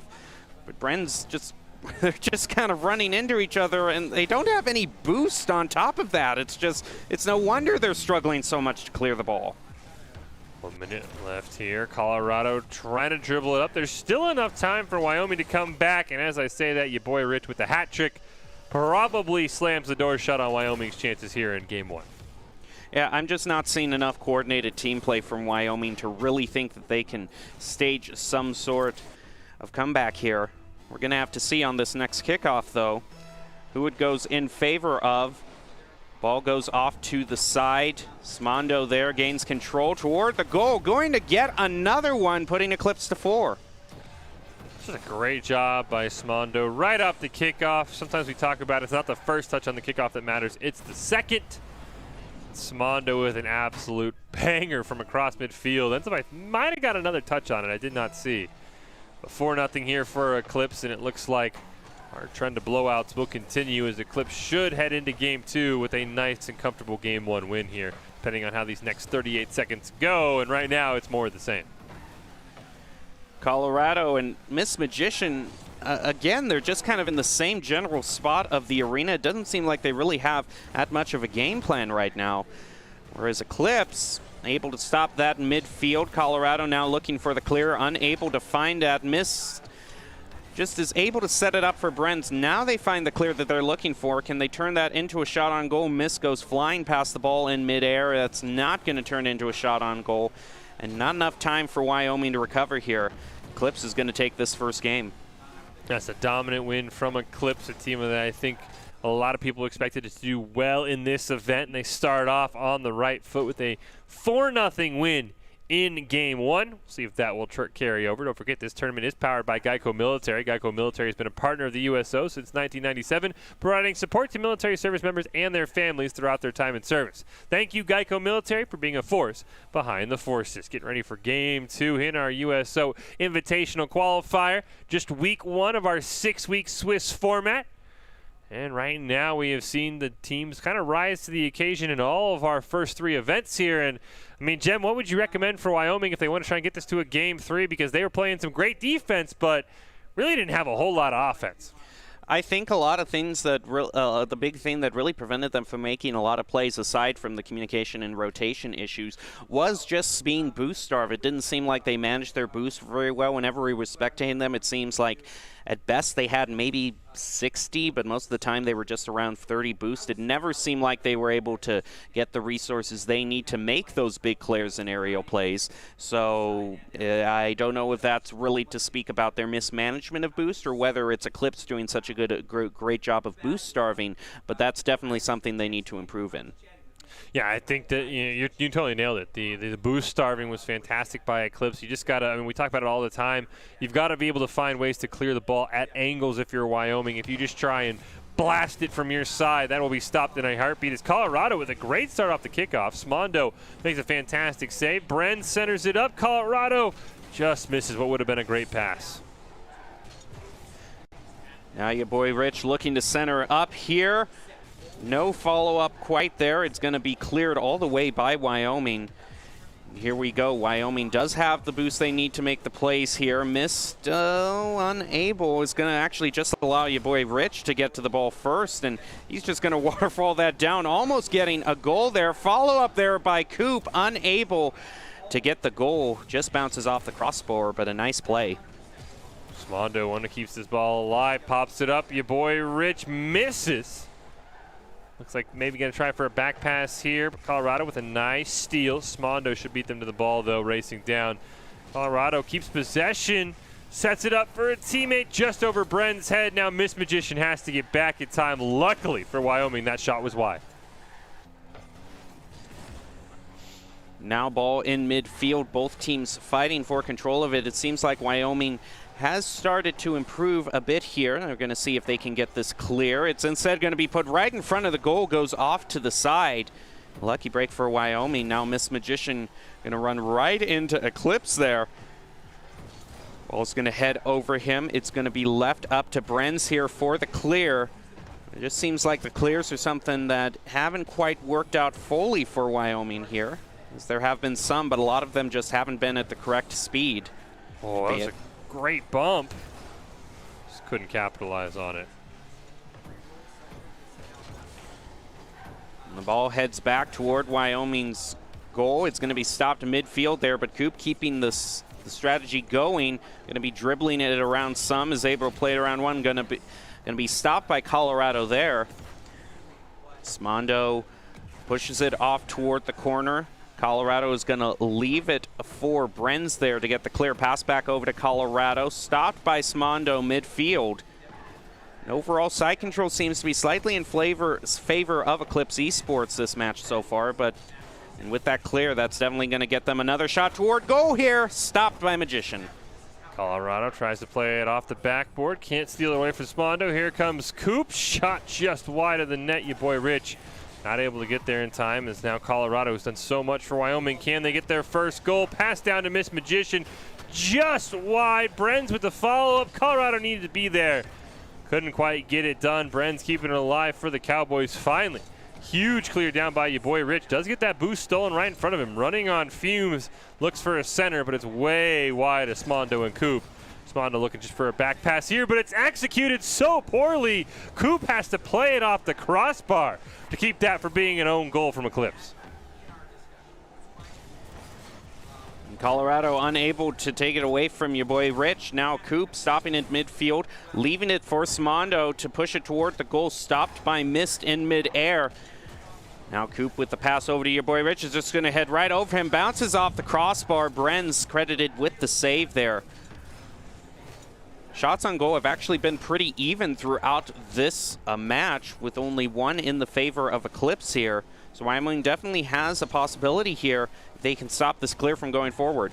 Oh, your boy Rich steals that ball away from his teammate. Ends up getting a nice little shot there with the demo. Sneaky little play there as your boy Rich gets another huge clear down.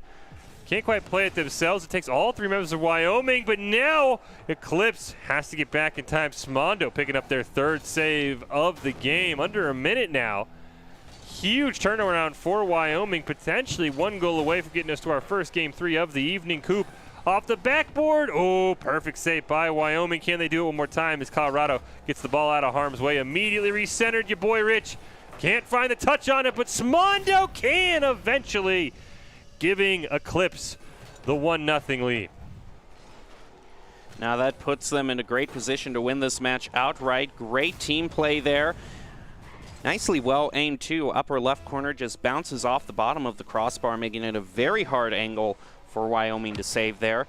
Now the ball is going to be in midfield. Colorado passing it back over toward Eclipse's territory. Now can they make a play out of that? Miss, double commit, unfortunately for Wyoming, leaves it wide open for that clear, and almost goal from Eclipse there.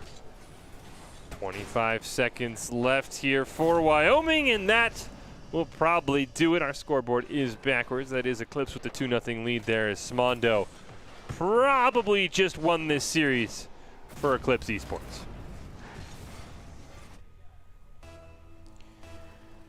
Well, just 20 seconds left. It's not unheard of, but Wyoming would have to get a goal right off the kickoff here, and that kickoff did not go in a direction to really inspire a whole lot of confidence. They try to push it back over to the orange field. 10 seconds left. A goal is going to have to be scored right here, but as it ticks past 5 seconds, that is most likely definitely going to do it for Eclipse. They win it 2-0 and advance on in the tournament. A great job by Eclipse there, picking up that win. Moving on to 1-0. Wyoming falling to 0-1, but we'll still have plenty of opportunities next week in our Swiss format as Eclipse the winner here. But again, much like our series we just saw, Game 1 kind of a blowout, Game 2 very close down to the wire. So some great adjustments by Wyoming in that mini break we have in between each events. And so great job by Wyoming, able to come out on top of it. Don't forget the USO offers so many great opportunities to compete in esports. The USO experiences, Geico Invitational, and more. Always a fantastic job anytime we have a USO event, and this is no different here as we continue on. We've seen a lot of great Rocket League. Really still hoping for our first Game 3 of the evening, Gem, but so far every team has done a great job of, at least, even though every series has been a 2-0, one game of every series has been close, and that's the least you can ask for, is that it's no blowouts, it's no 10-0. We've seen at least teams, even though they're losing, be able to have one very, very strong game, just not be able to get it done. Yeah, I do have to hand it to Wyoming. Their communication and rotations definitely cleaned up a lot more around round 2. Probably was just the thing of they needed a little bit of time to warm up in the first game, but that was time that Eclipse used to just run up the score so much that Wyoming really didn't have a chance after that. Yeah, and I thought Colorado's played spectacularly for Wyoming. Again, maybe one of the most ironic names in the tournament, but they had a fantastic solo effort trying to keep Wyoming into it. And again, that game, too, was just so impressive for Wyoming, making so many saves, keeping it 0-0 all the way under a minute, having a couple of great opportunities. I think this Wyoming team definitely will be a team that will make some noise, but Eclipse looking very strong. Like I said, I knew that was a team that Doc was excited to see in this tournament, so definitely a team we will have to keep our eye on. Hopefully able to sneak into a another matchup here relatively quickly in our USO Invitational Qualifiers powered by Geico Military. As we talked about, 6 weeks Swiss format, so just because you lose, you're not out of it yet. You can easily come back in the following weeks. Best of 3, all the Rocket League rules pretty standard, 3-on-3, 5-minute games, golden goal overtime, 1 match per week per team, so we won't get to see a team too often, but we'll be able to see hopefully most of the teams every single week. And as we've talked about, top 8 teams from this league will qualify for the USO Invitational and a shot at that $10,000 prize pool. So a ton of prize money on the line, but again, 6-week tournament. You have plenty of time if you're a team like Wyoming or if you're a team like the Eatables or Florida Tech, all who we have seen lose, to be able to come back in week 2, week 3, get right back into that top 8 and get into that qualifier event, because we've seen time and time again in these USO events. It doesn't matter if you're the first seed or the 8th seed. All that matters is you qualify for that next tournament, and then anything can happen. Well, we'll have to see what teams are going to be on the docket next. Overall, I am seeing a lot of improvement from Wyoming, and especially as we get further along in the bracket, I think we're going to see more of those aerial plays, more of those give-and-go situations, and the teams just working off of each other a lot better, less double commits. So as this night goes on, we're only going to see more and more exciting matches, I believe. Yeah, I would think that we're eventually, in week 1, it's just kind of random depending how it's on. It's seeded. You never know how close the teams are going to be. But so far, we haven't seen anything too out of the ordinary. We've seen a lot of side control domination, but we've also seen a lot of great defensive efforts from some teams, especially Wyoming, keeping the ball out of the net for so long. We've seen a lot of saves. Saves not something that are usually that popular in Rocket League just because the ball is flying so fast. It can sometimes be almost impossible to make a save. And we've seen some teams rack up some save numbers that are absolutely unheard of. So, yeah, cannot wait to see as we go further along here in this week 1 of part of the Invitational, how these teams do, what teams we're going to see. There's definitely some teams on the board that, from the collegiate level that I'm sure are going to be very strong, and then there's some more unknowns from, the teams that we can only see their name and their logo, and that's all we have to go off of them. So hopefully able to hop into another match here relatively soon. Maybe we'll see our first ever best of 3 of the night. But so far, even in these 2 OS gems, teams have been keeping it close. And I think that's all that matters. As long as you're able to give yourself some semblance of hope, you can at least feel better going into week 2, even if you suffered a loss. Yeah, you can at least, you'll have some VOD reviews to go over. You'll be able to work together more as a team, and you'll get kind of a bigger understanding of what kind of other teams that you'll face, of just kind of the general skill level and what will be expected of you. Waiting to see where we are heading to next. Again, there's some great teams still that we have not seen play. Don't know if we'll be able to see everybody tonight. I think there are 19 teams in this league, but there are definitely some good teams. I know University of Michigan is a dominant force in a ton of esports. UT Dallas is maybe one of the best collegiate Rocket League teams out there. They are going to be a tough matchup for anybody they take on. And then, of course, you have just sort of the random teams. We just saw Eclipse. I know Escape Velocity, actually a team that name does sound familiar. We might have seen them in a different event. The Chads right now, a team that I am definitely excited to see just because of that logo. It is absolutely fantastic.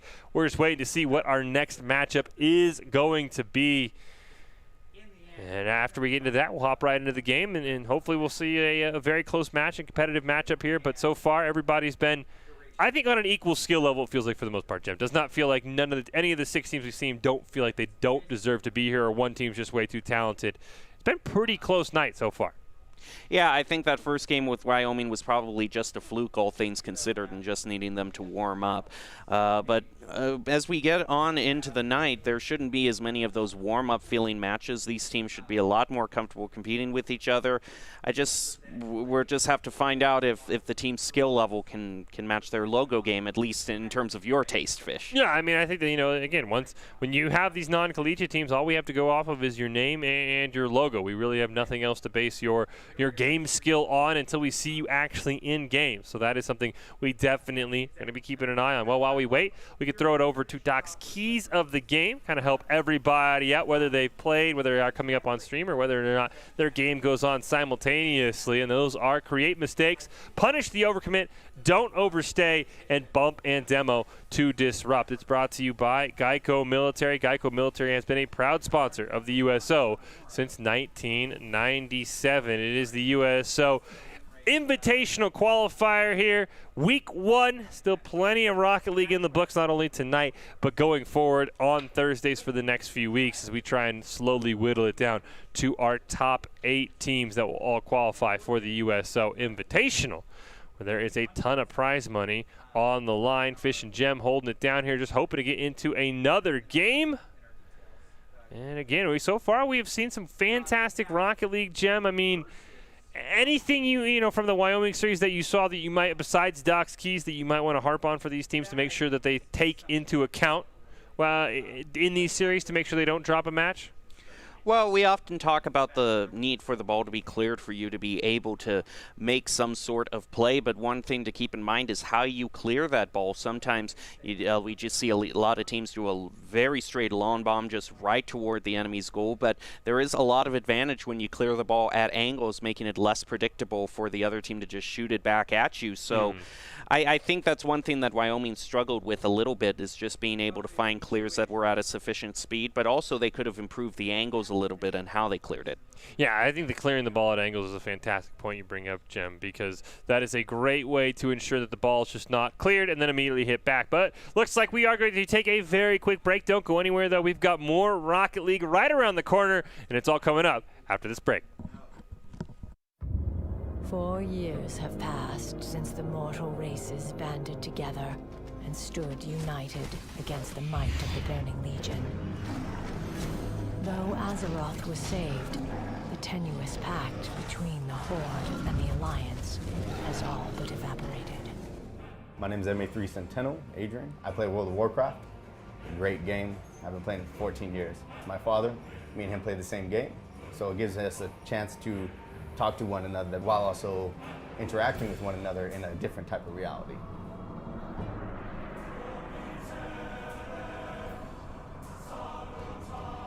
I also play World of Warcraft. My younger brother plays. I do not play with either of my two parents, though my mother very often leans over my brother's shoulder and talks to me while him and I are playing. At the USO, they give us Wi-Fi, free Wi-Fi.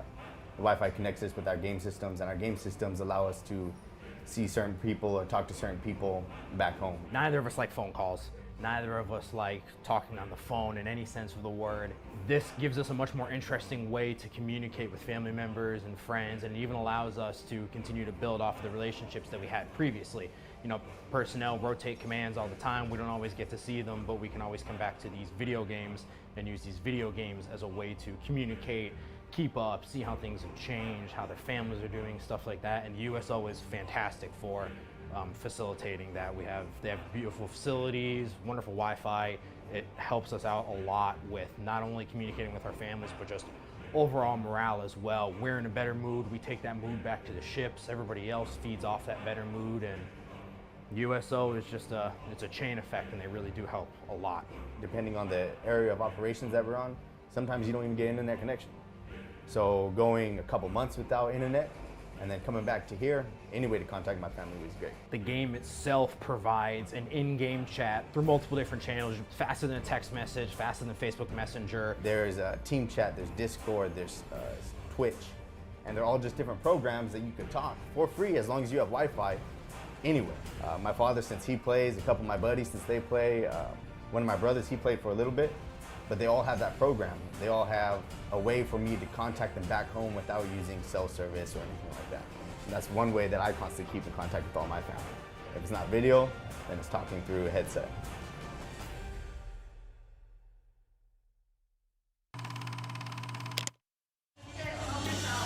I wanted to go on the USO tour here in Alaska because I've actually never been to Alaska, but more importantly, I've never done a USO tour before, and this was an opportunity that I just couldn't pass up. I told everybody on my team I really want to dedicate some time, visit some people and thank them in person, and we just, threw this together, and everybody was very accommodating and made it happen. Here at Allison, it's just been a very warm welcome. I mean, not weather-wise, but people-wise, it's been incredible. Just getting to explore the grounds. I got to see some jets, which were absolutely breathtaking. Just being able to say thank you to the men and women who serve our country in person has just been so incredible. Ladies and gentlemen, let me hear y'all fired up and shouting for Miss Cassidy Boat. So I want to thank you guys for having me. This has been incredible. I want to come back. I definitely want to see more of it. I feel like I got to see as much as possible in one day, but this place is massive. So I would love to come back and see more.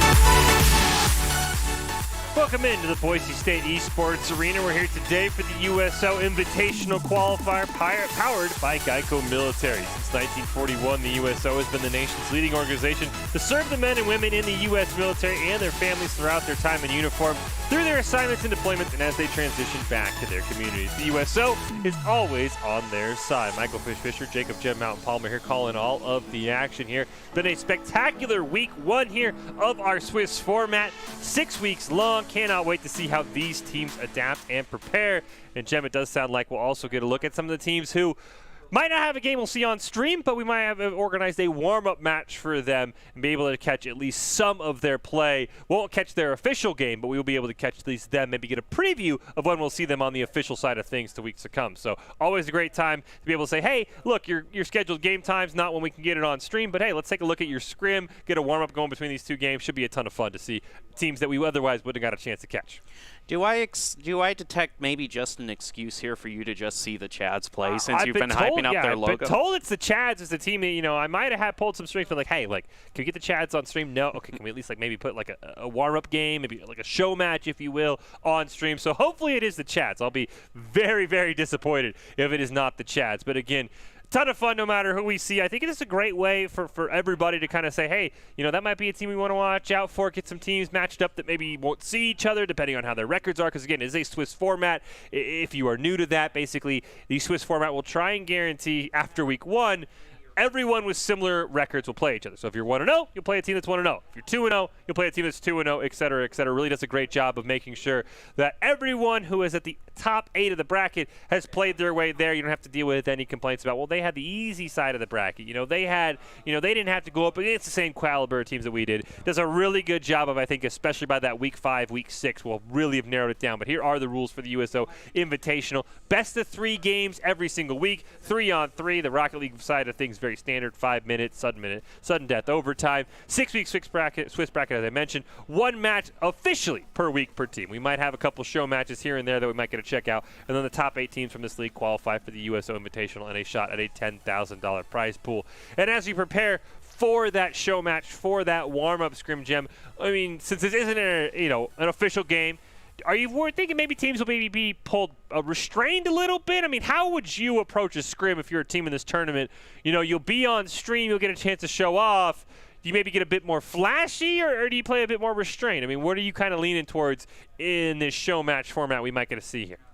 Yeah, I think we might actually see some more attempts at the individual play, some crazy air dribbles or just dribbles up the field in general. I'd also have to say we might also see some more unconventional cars chosen as well, because if these teams, just seen by the way they've designed their logos, they might fully go for the mindset that skins equals wins. So we might see that in the show match, and it's always nice to see a little bit something different rather than the default car for the 20th time. Yeah, I mean, I know it's in the logo, but I need a little variety in my life. The stock tane, as it's called, definitely gets old very quickly. No, you're all right. I think the car thing you bring up is absolutely fantastic. Being able to show off all of the cars you have collected that don't quite fit into the standard form of things. There it is. There is the Chads taking on Florida Tech. As you said, this is just a warm-up match, if you will, and Infinite keeping our trend of early goals scores quickly for the Chads.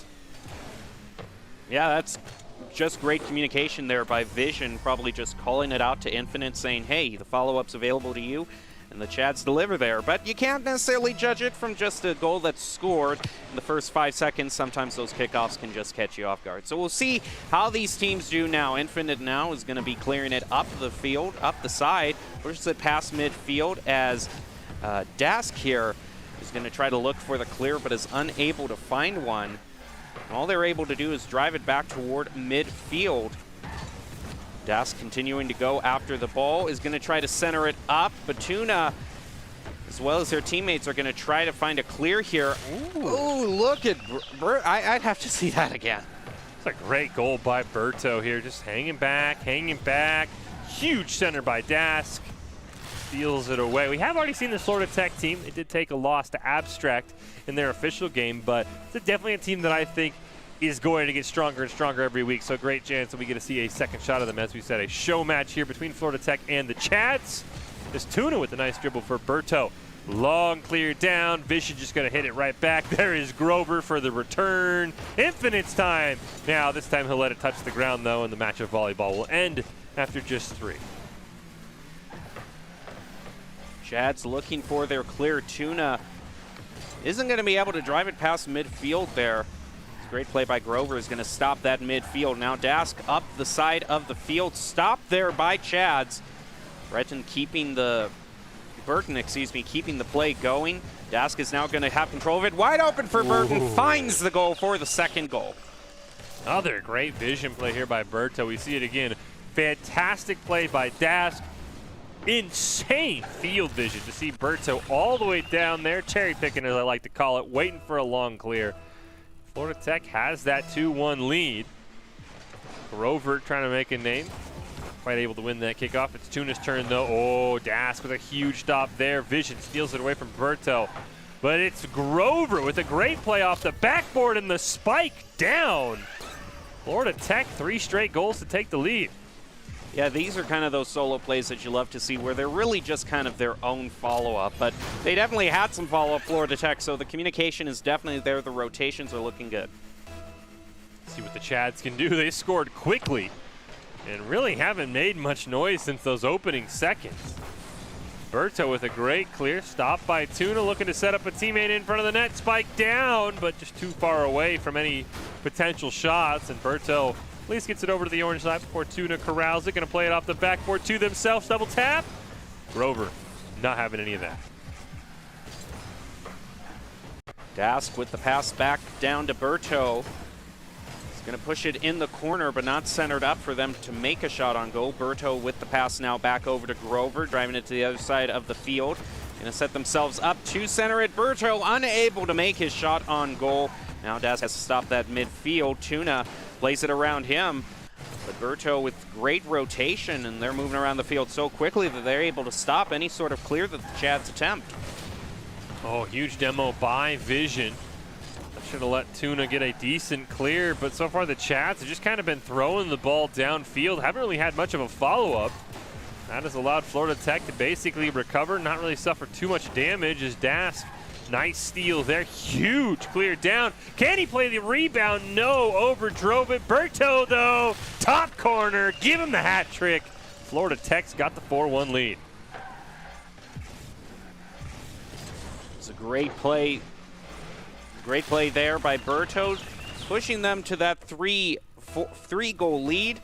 It isn't insurmountable for the Chads to make 3 goals in 2 minutes, but it's definitely, the expectations are certainly mounting against them.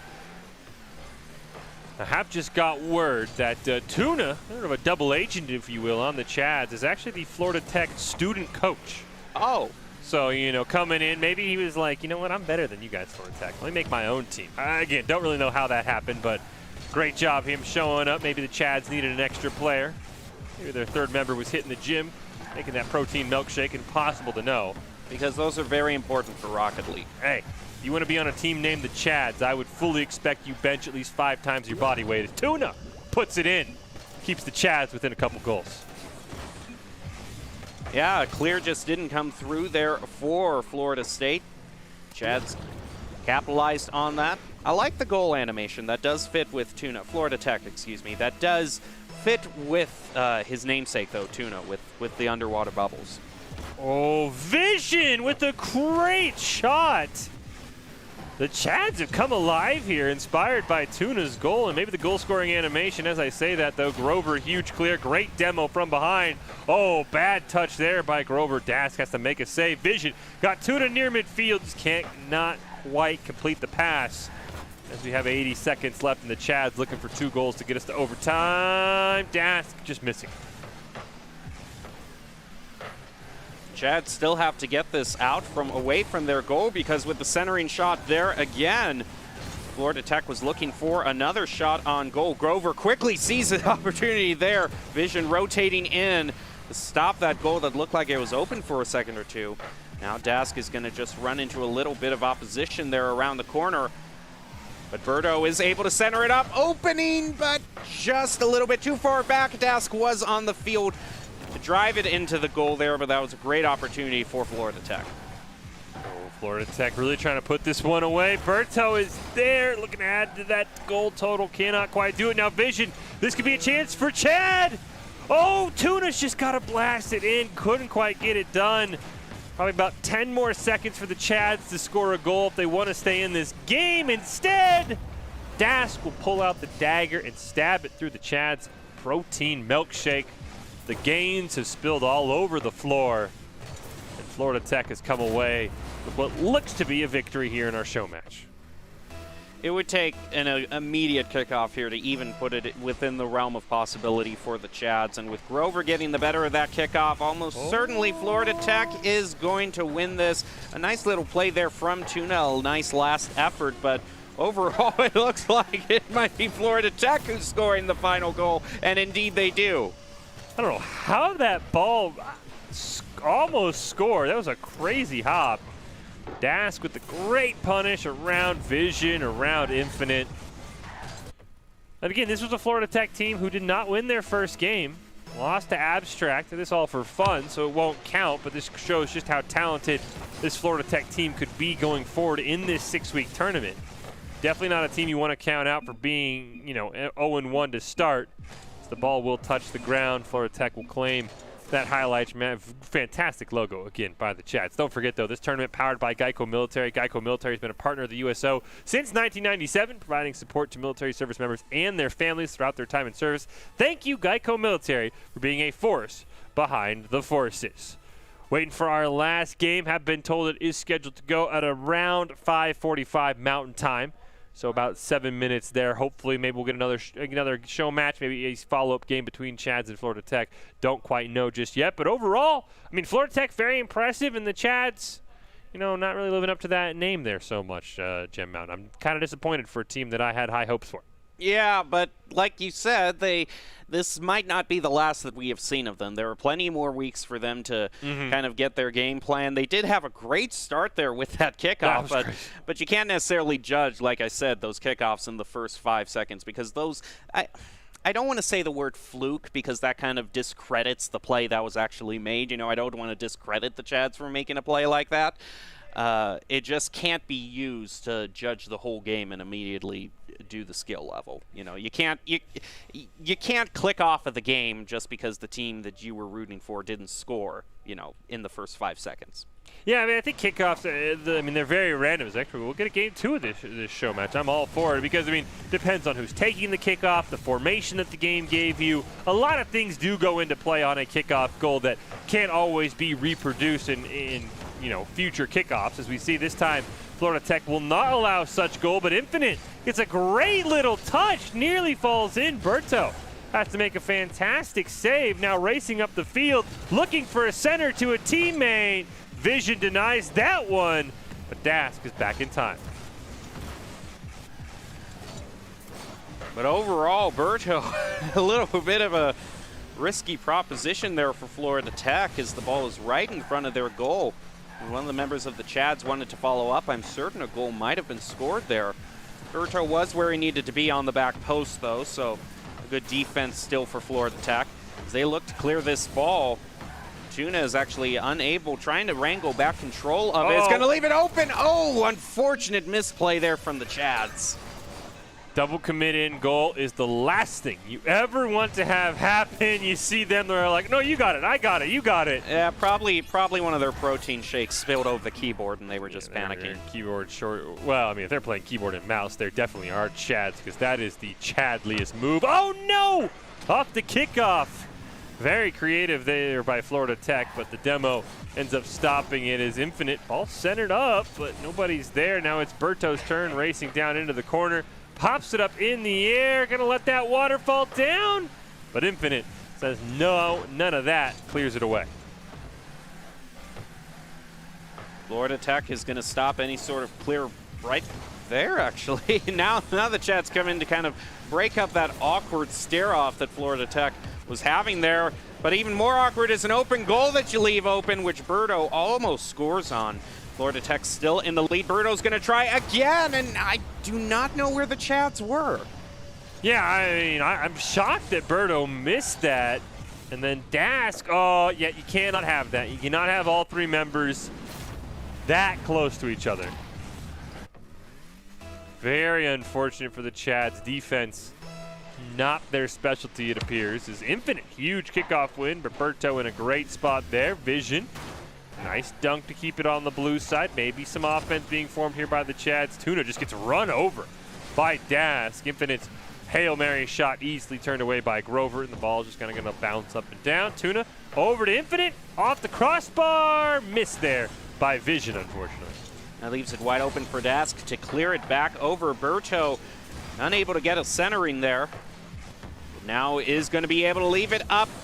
Berto actually comes in there, but it was just a little bit too far to the right to get a shot on goal.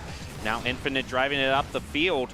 Actually, don't know if there was maybe a demo there. I don't think so. It might have just been the boost flame obscuring the whole camera there. But right now, the Chads able to get a little bit of side control, which is quickly, almost going to be lost. Yeah, now it is going to be lost as Dask clears it back over. Chad's looking to find their clear here, but Grover is going to steal it away from them, push it toward midfield. And now it's anyone's soccer ball. Oh, Berto, nice little dribble. Dask gets a small touch on it, centered in front of the net. Tuna, though, there to deny it. Much better defense from the Chads this time, only allowing the 2 goals. Look at the demos, though. That is something that you would not expect. 4 demos for the Chads, 0 for Florida Tech. So I like the aggressive play style we've seen out of the Chads. Probably the reason why this game a little bit closer than our last game. Oh, Infinite making me sweat there. Misses on the easy save, but makes the hard one. There's the first demo for Florida Tech getting some revenge. Vision, nice little touch there. Dask, huge shot, stopped by, I think, Infinite. Chads need a clear here. Double commit from Tuna and Vision. That is going to be huge as the net is wide open, and Grover just stops it. Oh my goodness, I don't even know who's on what team anymore. That was a free goal for Florida Tech, and Vision and Grover just said, nah, I don't want my own team to score. Now Grover credited with a save there. Oh, it goes right back towards their goal. Chads, I can't even catch my breath there.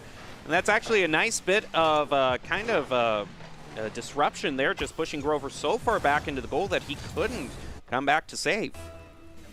That open goal looming large. Florida Tech's lead is only 1. Dask off the kickoff with a cheat. Tuna gets a great stop. Grover trying to atone. It's a nice pass over to Berto. Huge save by Vision. Dask with the follow-up. Berto cannot get the rebound. 1 minute left here. Right now, the Chads have a great chance to come back. And Tuna looking to be able to sandwich that ball off the wall. Back past the Vision, popped up in the air. Nice stop by Grover. Berto is going to set it up, play it off the wall. It just goes right down in front of the goal. There is going to be no follow-up right there. Now 30 seconds left. Still time for the Chads to tie this up and drive it to overtime. A nice effort there, stopping that clear. Vision's going to try fighting for the ball, but Infinite commits to it too. We cannot see a double commit like that this late in the game. And Dask reads that perfectly, driving it back over. There is going to be a demo right there. But now Florida Tech has fully respawned. Chads need to get their goal here. 10 seconds left for them to do it. Oh, 5 seconds. Dask, huge clear. Can they keep it alive? Infinite can. Over to Tuna. Oh, if Tuna had gotten a nose on that one. Instead, Berto almost ends it, but the ball does touch the ground off the rebound, and Florida Tech will win our show match 2-0. But really a great effort by the Chads there. Of course, as we said, this tournament powered by Geico Military. Geico Military has been a partner of the USO since 1997, providing support to military service members and their families throughout their time in service. A huge thank you to Geico Military for being a force behind the forces. Florida Tech showing that they have what it takes to get it done. Again, that was a show match, so they will still go into the next week of the season 0-1 after they lost our first match of the night, Abstract. But definitely helping out the Chads there with a bit of a warm-up scrim. Should have our final match of the night all loaded up and ready to go here, Jem. Only week 1, so again, there's a lot of learning opportunities. Very curious to see, I would assume it won't be the Chads, what teams we get for our final official match of the night. That would be quite a coincidence if it was like, hey, they were lined up already. Hey, you know how you just played that show match? Can you now play your actual match? It's just some warm-up. Hey, again, I mean, warm-ups are a huge thing. I mean, I do hope that, we already had seen Florida Tech. Again, don't know the Chad status on if they had played or not, but that is maybe that's part of why we see teams really have struggled in game one. A lot of our game ones have been blowouts because maybe the other team, they're like, okay, we'll just hop right into it. We don't need to run through a solo queue match. We don't need to run through any sort of, quick play match. Just hop right into it. We'll be fine. So maybe that is why we have seen teams struggle a little bit here tonight, is because they haven't warmed up properly. So if it is the Chads, I'm sure that would be a great warm-up. I'm sure it isn't. Sure it isn't the exact same teams. Or are they? Oh, it looks like we'll get one more show match. So interesting. All right, we'll get one more show match here. I'd assume the scoreboard is just some technical issues, because right now it says it is 0-0. As there we go, a real reset. Tuna with a nice little goal. Well, that's kind of the start that the Chads had last time. That's just some great individual. Actually, no, that's the communication that I think the Chads really needed to kind of push them to the next level. I think it might starting to be meshing for them. I mean, the Chads have had some great kickoff goals. Haven't been able to put it together after that, as we do hear a demo. Looks like it was from Berto off screen. And a huge solo play there from Vision is turned away. And Grover now going to pop it up in the air. So far, the Chads now on defense for the first time. Everybody from Florida Tech very clumped up, and that's an easy stop for Tuna. And steals it away as well. Now it's all up to Tuna versus Dask, one-on-one. Dask with a nice stop. Berto, that was pretty nicely lined up, but some nice interference by the Chads. Now they rotate back, not leaving that goal open. That has been something that both the teams have been doing fairly well. There have not been too many open goals left during this match, and Berto ties it up. I think that might have actually been an unfortunate own goal. Get another look at it here. Berto has been a star player.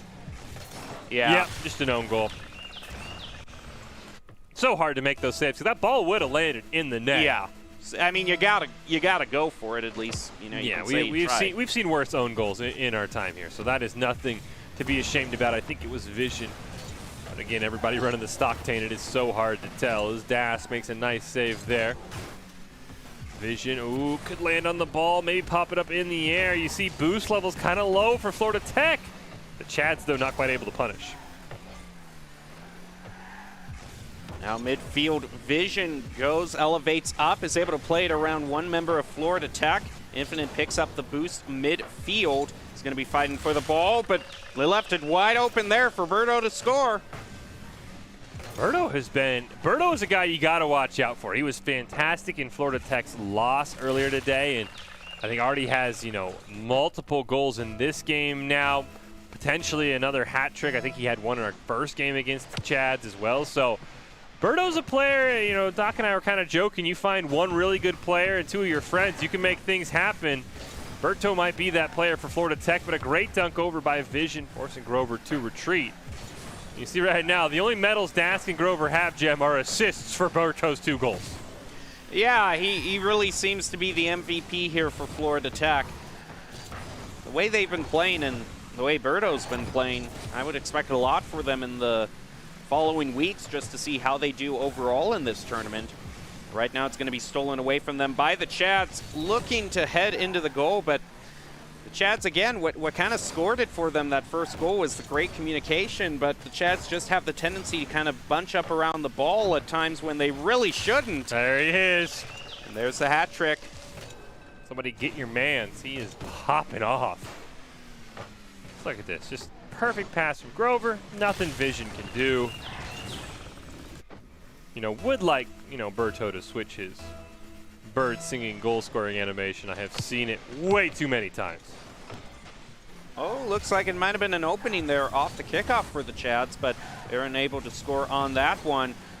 Grover, she pushes it back towards their own goal, unfortunately, but Berto, with a nice shot there, is able to get a clear, is now going to leave it for Dask, who actually drives right past it. Apparently they have another strategy in mind. They're just going to let Tuna clear it back over toward the goal. Now they look to get the goal. Oh, maybe I was right. It was all according to strategy. Oh, no, they had Berto wide open in the mid. That ball ping-pongs around. Dask getting a little bit too trigger happy there. Taking a very easy goal away from his team. Gotta watch out for that, but they still have a 3-1 lead.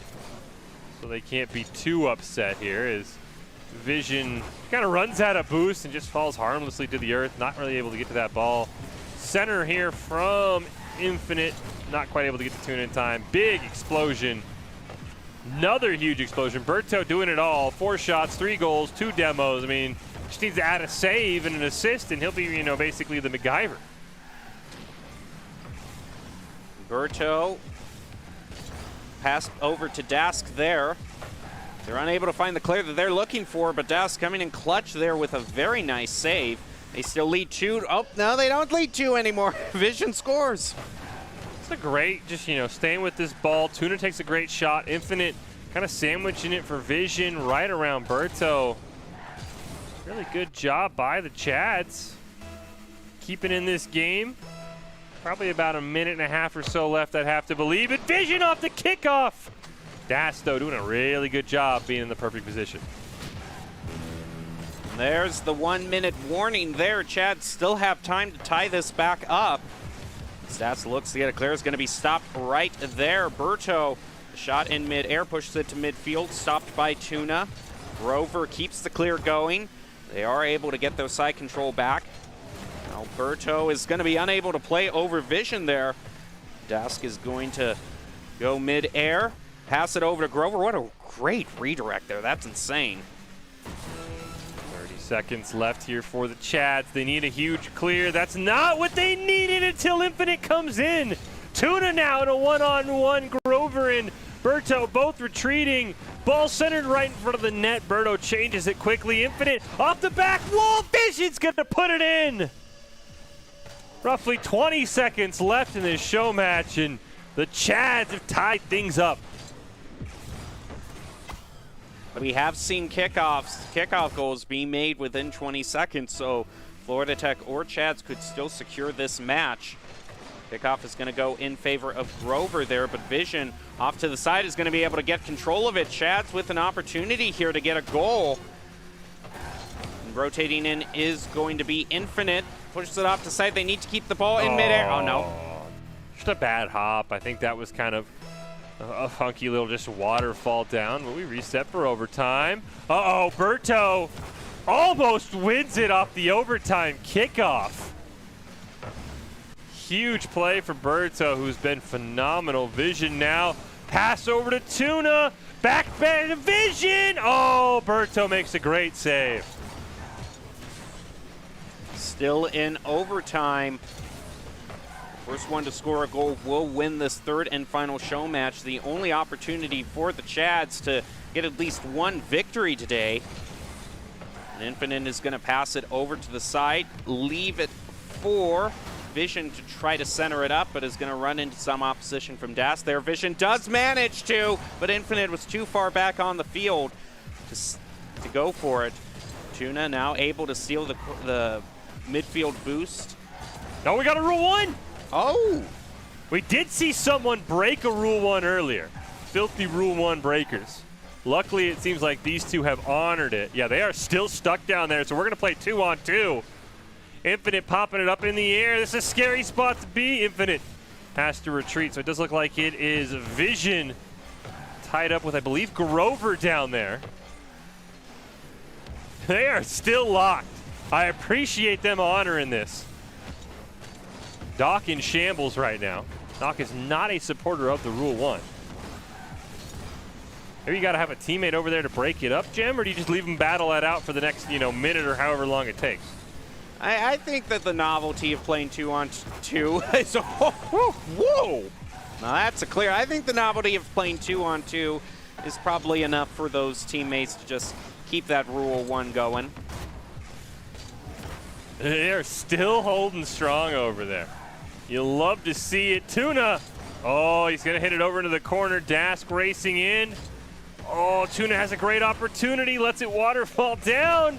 Infinite now. Oh, I feel like somebody's got to get over there and break this one up. They're just going to hang out there. Ooh, and Berto going for the goal there. Gonna be stopped by Infinite. We've seen some great saves from the Chads ever since this Rule 1 has started. They managed to clear it back over. I'm really upset our timer is not working. I would love to see how long we've been in this Rule 1 for. as Berto will end the Rule 1 and end the game with their 4th goal of the night. Just a fantastic solo dribble here. Nothing Infinite could do. Overall, very fun show match. 3 show matches, in fact, between Florida Tech and the Chads. The Chads definitely seem to improve a little bit with every single game, but Florida Tech still managing to win in the final. Again, a reminder, this tournament powered by Geico Military. Geico Military has been a partner of the USO since 1997, providing support to military service members and their families throughout their time in service. Thank you, Geico Military, for being a force behind the forces. Wait to see if we do have one more game left, or if that was the final game of the night. And as we know, we transition potentially. Maybe we'll take a short break, though. I was going to say maybe we'll go into our Geico Military Player of the Night, but we will not. We'll take a short break. We'll see if we have more action around the corner. It's all coming up after this. 4 years have passed since the mortal races banded together and stood united against the might of the Burning Legion.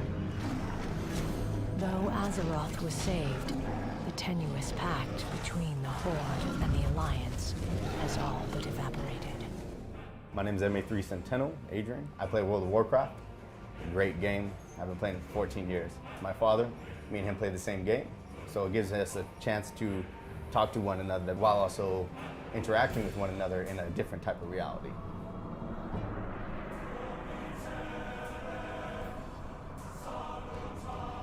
I also play World of Warcraft. My younger brother plays. I do not play with either of my 2 parents, though my mother very often leans over my brother's shoulder and talks to me while him and I are playing. At the USO, they give us Wi-Fi, free Wi-Fi. The Wi-Fi connects us with our game systems, and our game systems allow us to see certain people or talk to certain people back home. Neither of us like phone calls. Neither of us like talking on the phone in any sense of the word. This gives us a much more interesting way to communicate with family members and friends, and it even allows us to continue to build off of the relationships that we had previously.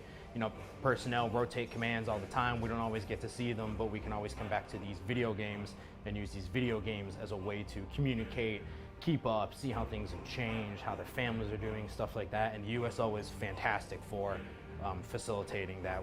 They have beautiful facilities, wonderful Wi-Fi. It helps us out a lot with not only communicating with our families, but just overall morale as well. We're in a better mood. We take that mood back to the ships. Everybody else feeds off that better mood, and USO is just it's a chain effect, and they really do help a lot. Depending on the area of operations that we're on, sometimes you don't even get internet connection. So going a couple months without internet, and then coming back to here, any way to contact my family was great. The game itself provides an in-game chat through multiple different channels, faster than a text message, faster than Facebook Messenger. There's a team chat, there's Discord, there's Twitch, and they're all just different programs that you can talk for free as long as you have Wi-Fi anywhere. My father, since he plays, a couple of my buddies, since they play, one of my brothers, he played for a little bit, but they all have that program. They all have a way for me to contact them back home without using cell service or anything like that. And that's one way that I constantly keep in contact with all my family. If it's not video, then it's talking through a headset.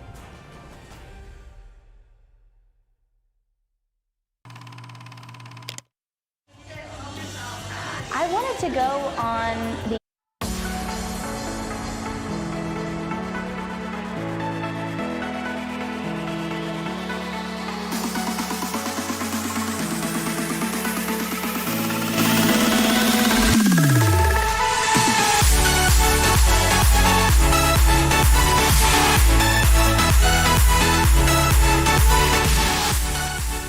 Welcome back into the Boise State Esports Arena here for the USO Invitational Qualifiers. Week 1 of our 6 weeks Twist tournament here.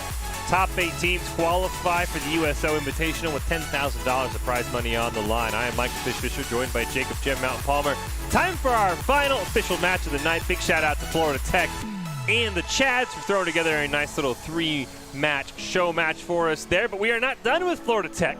So it'll be Florida Tech JV taking on Aviation Nation in our final match. It's something that is very interesting to keep note of, especially if Game 1 does not go Florida Tech's way, Jem, is I've been told this is their first ever, Florida Tech JV that is, this is their first ever game together. So could be very interesting for Florida Tech JV. These first couple minutes, I could easily see Aviation Nation putting 2-3 goals on the board and exploiting that lack of, communication, familiarity between, the three members of Florida Tech JV. Yeah, especially since it's such a backbone on what makes a Rocket League team good, and we've seen too many double commits we've seen double, triple commits from teams that have already played with each other tonight. So I'm a little bit concerned for, Florida Tech's JV squad that they might not be performing at the level that their, individual skills or rankings would necessarily reflect. Florida Tech JV, Aviation Nation. See if Florida Tech JV can kind of make it to these first couple minutes here. Cool the nerves, or maybe they'll just score first. Never mind. Jenke able to make a fantastic save on Retro. And so far, you'd never know that Florida Tech JV in the blue, this was their first ever 12 seconds together. Well, yeah, so far so good for Florida Tech. They're going to drive it back off to the side, look for the clear here. Easton looking like they were about to get a shot there, but unable to. As they head back, rushing back toward their goal, and Apollo 17 is going to be credited with that first goal.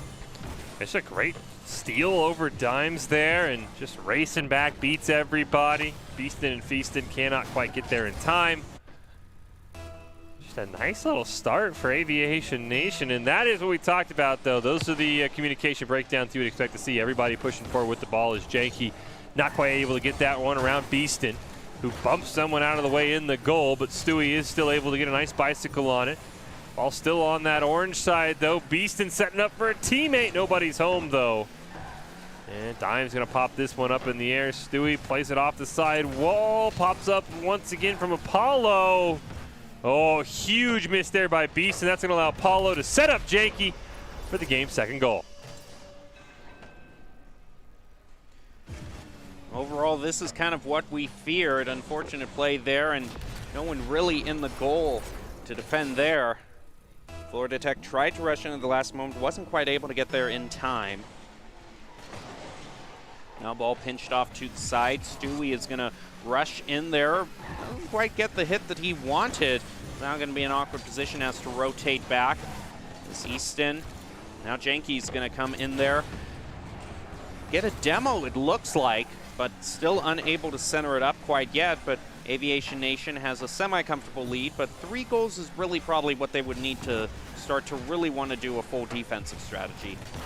The one good news for Aviation Nation is Florida Tech JV has put together only 1 shot so far, more demos than shots. So offense still a little bit lacking here in this game 1. But again, like we said, this is their first ever game together, first ever 2 minutes they've spent on a Rocket League field together in a serious competition. So maybe the nerves have got to them. They do get another shot on goal, looking for a huge clear, but Dimes able to keep it on that orange side. Apollo immediately hits it right back. Beaston, nice stop at midfield. Jenke, one little touch there, but Dimes keeps it alive. Florida Tech starting to mount some offensive pressure. They need to actually just find a couple shots. Finally, that ball gets cleared away, but Beaston immediately right back to the orange side. Stewie is a nice shot there toward the goal. Not going to be credited with it, though. Too far to the left. Now Beaston's going to try to stop that there. Was the only one really rotating back far enough to be able to defend there. Now they're going to set it up again, but Aviation Nation gets a nice shot there to stop their onslaught a little bit. Now the play around from Retrospector there actually stole the boost away, but Aviation Nation is finding themselves a little bit starved on boost here, but Florida Tech just spent all of theirs, so they're not going to have too much to try to get a goal here. Yeah, boost levels low across the board. A couple of them get those megas in the corners and midfield to refuel, but great touch there by Apollo. Gets stolen away by Retro. Now wants to play it off the roof. Gets it towards midfield. Apollo just gets a nice little touch on it to get it out of harm's way. Stewie off the side wall, hits it off the trunk of the car. And Beaston not quite able to find it. Apollo, Jenke, gonna get a nice center to Apollo, just misses on it. Stewie hanging back in a great spot.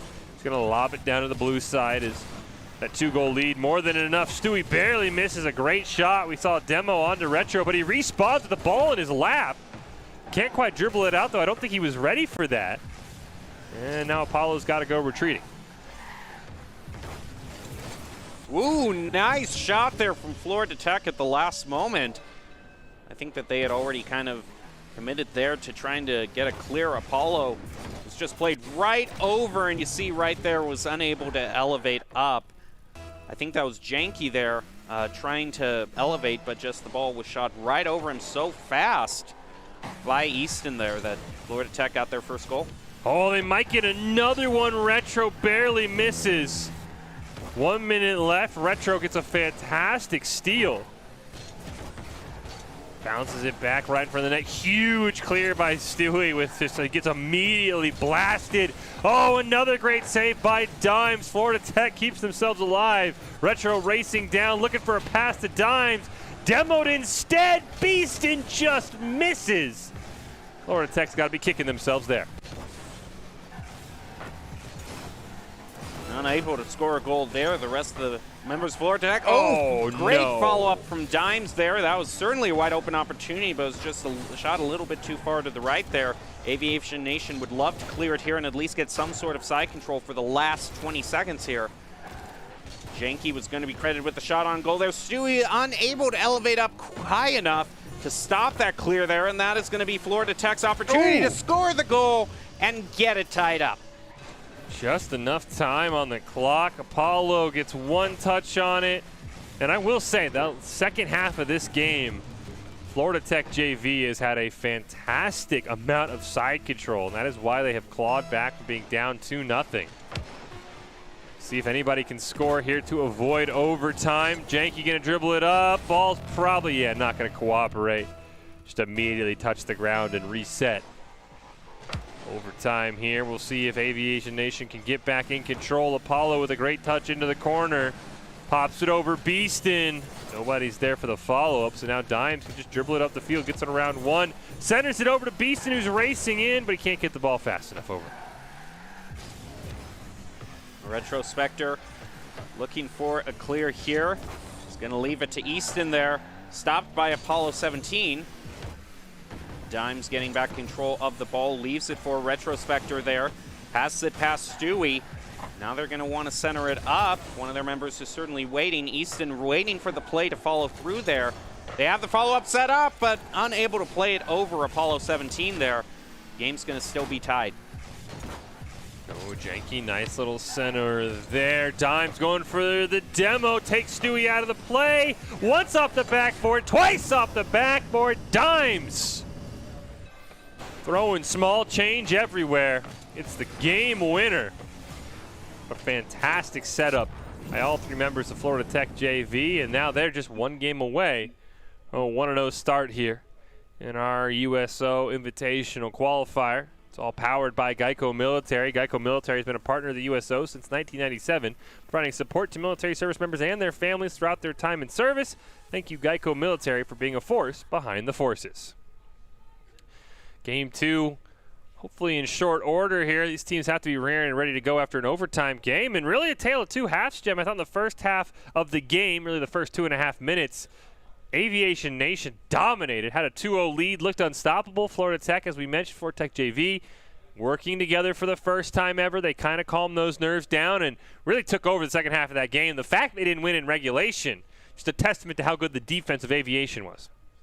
And I think that's kind of overall a little bit kind of the loose guidelines that we kind of expected, because like we said, the first time the Florida Tech junior varsity team is competing together, they just needed a little bit more time to get everything together. And I still think there are still probably a few cobwebs that out there, just whole team dynamics that sometimes take multiple games to form here. So for Florida Tech junior varsity to be performing as well as they are, just later in this tournament, I think they'll be a real force. Well, let's kick off game two. We have a bit of an error in our scoreboard, though. It is 0-0 with 5 minutes on the clock. Should reset when a goal is scored. As Dimes continuing this pressure that Florida Tech had for so long. It's a great pass over. Unfortunately, nobody home for Florida Tech, as now Janky will drive it up the field. Apollo looking for that first goal once again. Dimes with a great stop. Paulo gets one more chance at it, pops it up in the air for Stewie. Barely dunking around Beaston, but now Retro in control of this ball. Janky is going to center it up there, stopped by Florida Tech there, so that was a great little stop to their play. Just going flying past the ball there, that's going to allow it wide open for the clear to go through there. Aviation Nation Janky is going to be centering it up around the corner, but unable to find it. Nice clear there by Aviation Nation. Dimes. Clear stop by Stewie off the back wall. Beaston with a great job redirecting that one. Janky comes in. Retro makes a huge save. Now Paulo has to race down. Retro trying to get an aggressive angle to that ball. Sets up Beaston for the first goal of the game. It's an aggressive angle here by Retro. Look at that read. Now slight lead there for Florida Tech. We head on into the rest of the game. Goes slightly in the favor of Florida Tech there. Apollo 17 with the bicycle. An almost shot on goal there from Florida Tech. They might do it again though. Bounces off the crossbar. No follow-up. Easton is going to try to center it up. Unable to as Janky is playing some great interference. Dimes looking for a clear. Not quite able to get it. Beaston now gets a great touch on it. Over to Retro. Stolen away by Janky. Dimes racing back to get there in time. Will do just that. Gets the pass up to Retro on a great give and go. I don't really know if Retro was ready for Dimes to steal that one away, though. And everyone will go retreating. Dimes looking for a pass to Retro now. Drops it in perfectly. One-on-one here. Got Beaston near midfield. Probably tried to rush that pass just a little bit. As Dimes now looking for a center here, but Apollo just going to deny that and clear it away. Aviation Nation looking for their clear, but Easton's going to stop that. Dimes is still hanging back in the field, though. Doesn't want to rotate up too far for Aviation Nation to score on. Easton stops that play, leaves it in midfield. Retrospector's going to pass it back over to Dimes. Dimes is able to steal the corner boost. Retrospector with a nice shot there. He's going to push it over to the corner. Now looking for the center here. Over to Dimes, down toward the goal. Is going to find it. Beaston scoring almost all these goals. Starts with a great setup off the back wall. Realizes Dimes' shot just doesn't have enough oomph. So he helps it in the goal himself. Great read or adjustment there by Beaston. Instead of falling back, realizing, you know what, I can help my teammate out. Give us a 2-0 lead here in game 2. Get us closer and closer to that 1-0 start here in the USO Invitational Qualifiers. As Stewie looking to have a way for Aviation Nation to get back in the game. Demoed from behind. But Janky with a great steal before Dimes makes his third save of the game. Apollo shot just wide of the net. And Florida Tech survives a major scare. Looking to turn it on him. Oh, huge demo defensively for Aviation. Now in the corner. Ooh, Easton was able to center it up. Dimes is able to stop the ball from heading toward the corner, leaving it for Retrospector. That is an insane hitting on the break right there, leaving just enough time for Spector to rush in and get the third goal. Yeah, Dimes will say that was all calculated. I think that one just kind of rolled into him, and he realized, like, wait, I have possession now. So luck out here for Florida Tech. They're in complete command of this game. They just needed that first 2.5 minutes of game 1 to settle the nerves. Beaston's got the hat trick. Florida Tech JV looks like they are more than likely going to come away with this victory when it's all said and done. Well, now that they have a big enough lead, they can kind of switch their mindset. They don't have to make sure that they rotate too far up the field. They can now go for more of a just kind of burn the clock off mindset. Janky is going to get a save there, though. Dimes still wants to score a few goals, but Dimes is actually going to be able to rotate back to stop a shot there from Aviation. Off to the right there. They're going to score 5th. Florida Tech JV looking like a very strong team. never believe this is only the second game they've played together. The first one being the game they just played. 5-0 here in game 2. Well on their way. Feels like there's probably about, just under a minute on the clock. That one will roll in for Apollo, but too little too late here, I think, for the side of Aviation Nation. Yeah, it would have to be 15 seconds per goal.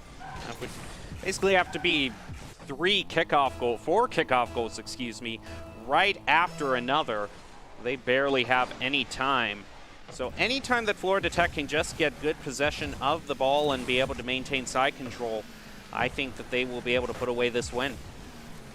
Not even be able to add a goal. Oh, Retrospector gets his shot denied by his own teammate. But as you said, any time that gets taken off the clock is just closer and closer we come to a Florida Tech victory. Beastin with a huge shot. Dime's second shot goes wide. Retro's going to get in on the shooting. Not quite able to find those. Janky makes a great save. 30 seconds left, down 4 goals. Great battle here for Aviation Nation, but I think it's safe to assume that Florida Tech JV is going to win this one. Well, Aviation's definitely going to make a try there, but Retrospector with a great read is going to stop that shot on goal. Less than 10 seconds left. No real shot for Aviation to get a win here, so all that ball has to do is hit the ground, and Florida Tech will get their win. And the ball will touch the ground. Florida Tech JV do what Florida Tech V could not do. That was pick up a win in round 1 of our USO Invitational Qualifier powered by Geico Military. Saw some fantastic games here today from everybody, including a fantastic show match as well. Setting up to be a great tournament here. As we mentioned, it is a 6-week Swiss bracket. So each of these teams get 1 game a week. Potentially heard that, some people believe starting 0-1 in a Swiss bracket is better than starting 1-0. I'm not a believer of that, but we'll have to see if one of our teams we saw start 0-1 can make a nice run. Well, this tournament is powered by Geico Military. Geico Military has been a partner of the USO since 1997, providing support to military service members and their families throughout their time in service. Thank you, Geico Military, for being a force behind the forces. Well, as we prepare to wrap this one up, Jem, and put a bow on all of it, what are your thoughts from what you saw here tonight? I think overall, I was really impressed with Florida Tech JV's ability to have such a great. I think that they're probably going to be one of the teams you watch out for, because if this was only their first game, as they get more comfortable playing as a team, they will be able to. I think we're looking at a top tier team forming before our eyes. I think Florida Tech is both the varsity team and the JV team, as you said, could be really a menace. They could maybe control this whole tournament. Again, the varsity team's going to start out on the 0-1 side of things. The JV team's going to start out on the 1-0 side of things. Well, as we prepare to wrap up, we do have our Geico Military Player of the Week here, and we saw a couple players a few times. Any names really stand out to you, Jem, as a leading candidate for our Geico Military Player of the Week? Well, it's going to be a little bit hard for me to predict because there were 2 games that, before I was here. So it could be, production really wants to catch me off guard. They could choose a player from one of those games. So. Yeah, I think Beastin would be a great choice from the games we saw towards the end there, especially for the Florida Tech JV team. It really felt like it was, one player scoring all of the goals. Every game felt like we had someone throwing in a hat trick. So it'd be a very tough choice. Beastin really took over. It felt like that last game, and maybe it's just the recency bias since it is the game we saw last. So that would be my vote, but we will have to see who is the recipient of the first Geico Military Player of the Week. As we said, this is just week 1 of a 6-week Swiss bracket, so there's plenty of time for teams to come back.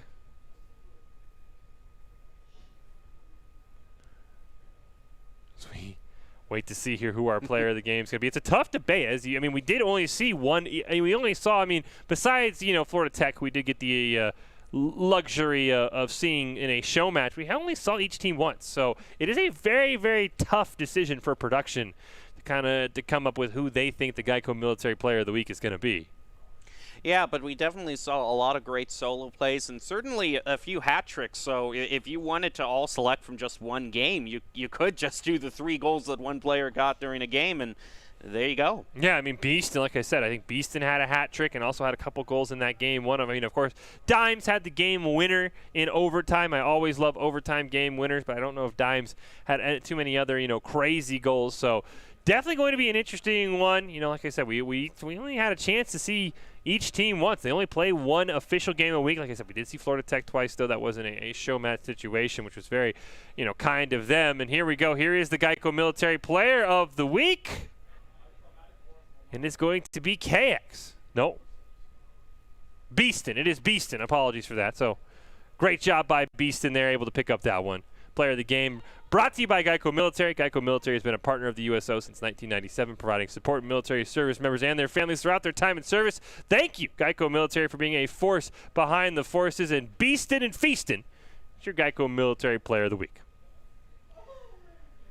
Yeah, Beeston was definitely a great player for the JV squad, and the amount of play between those, you wouldn't guess that this was their first game, is still amazing to me.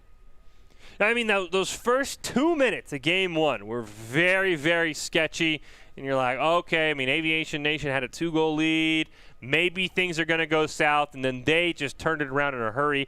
Forced overtime. I think it was Beeston who actually forced overtime with about 5 seconds on the clock in game one. And then, as you saw there, the hat trick absolutely took over in game two. Well, as we prepare to close this week out, don't forget we will have this every single week for the next few weeks as we get through this Swiss bracket every Thursday from 4 to 6 Mountain Time. But, Jem, do you have any final takeaways from the games we saw tonight? Maybe any advice for the teams that started 0-1 who are looking to get back into that top 8 when things are all said and done? I think the main thing that we saw that needs to be improved on is the communication and rotation. Just a little bit too many double commits that have been seen tonight, but I think they'll have plenty of time to improve on that, and as the weeks go on, I can only imagine more great plays are going to be made. Well, that will do it for our show tonight. Before we conclude with our Geico Military Top 5, we do want to give a major thank you to all of the competitors. Cannot wait to see you guys in future weeks, as well as Geico Military. Thank you for tuning in. Be sure to follow the USO on Twitter at the USO and join the USO Discord at discord.gg/the USO. That's it for week one. We've still got plenty of great action coming your way, so don't forget to tune in next week. But until then, here are your Geico Military Top 5 plays.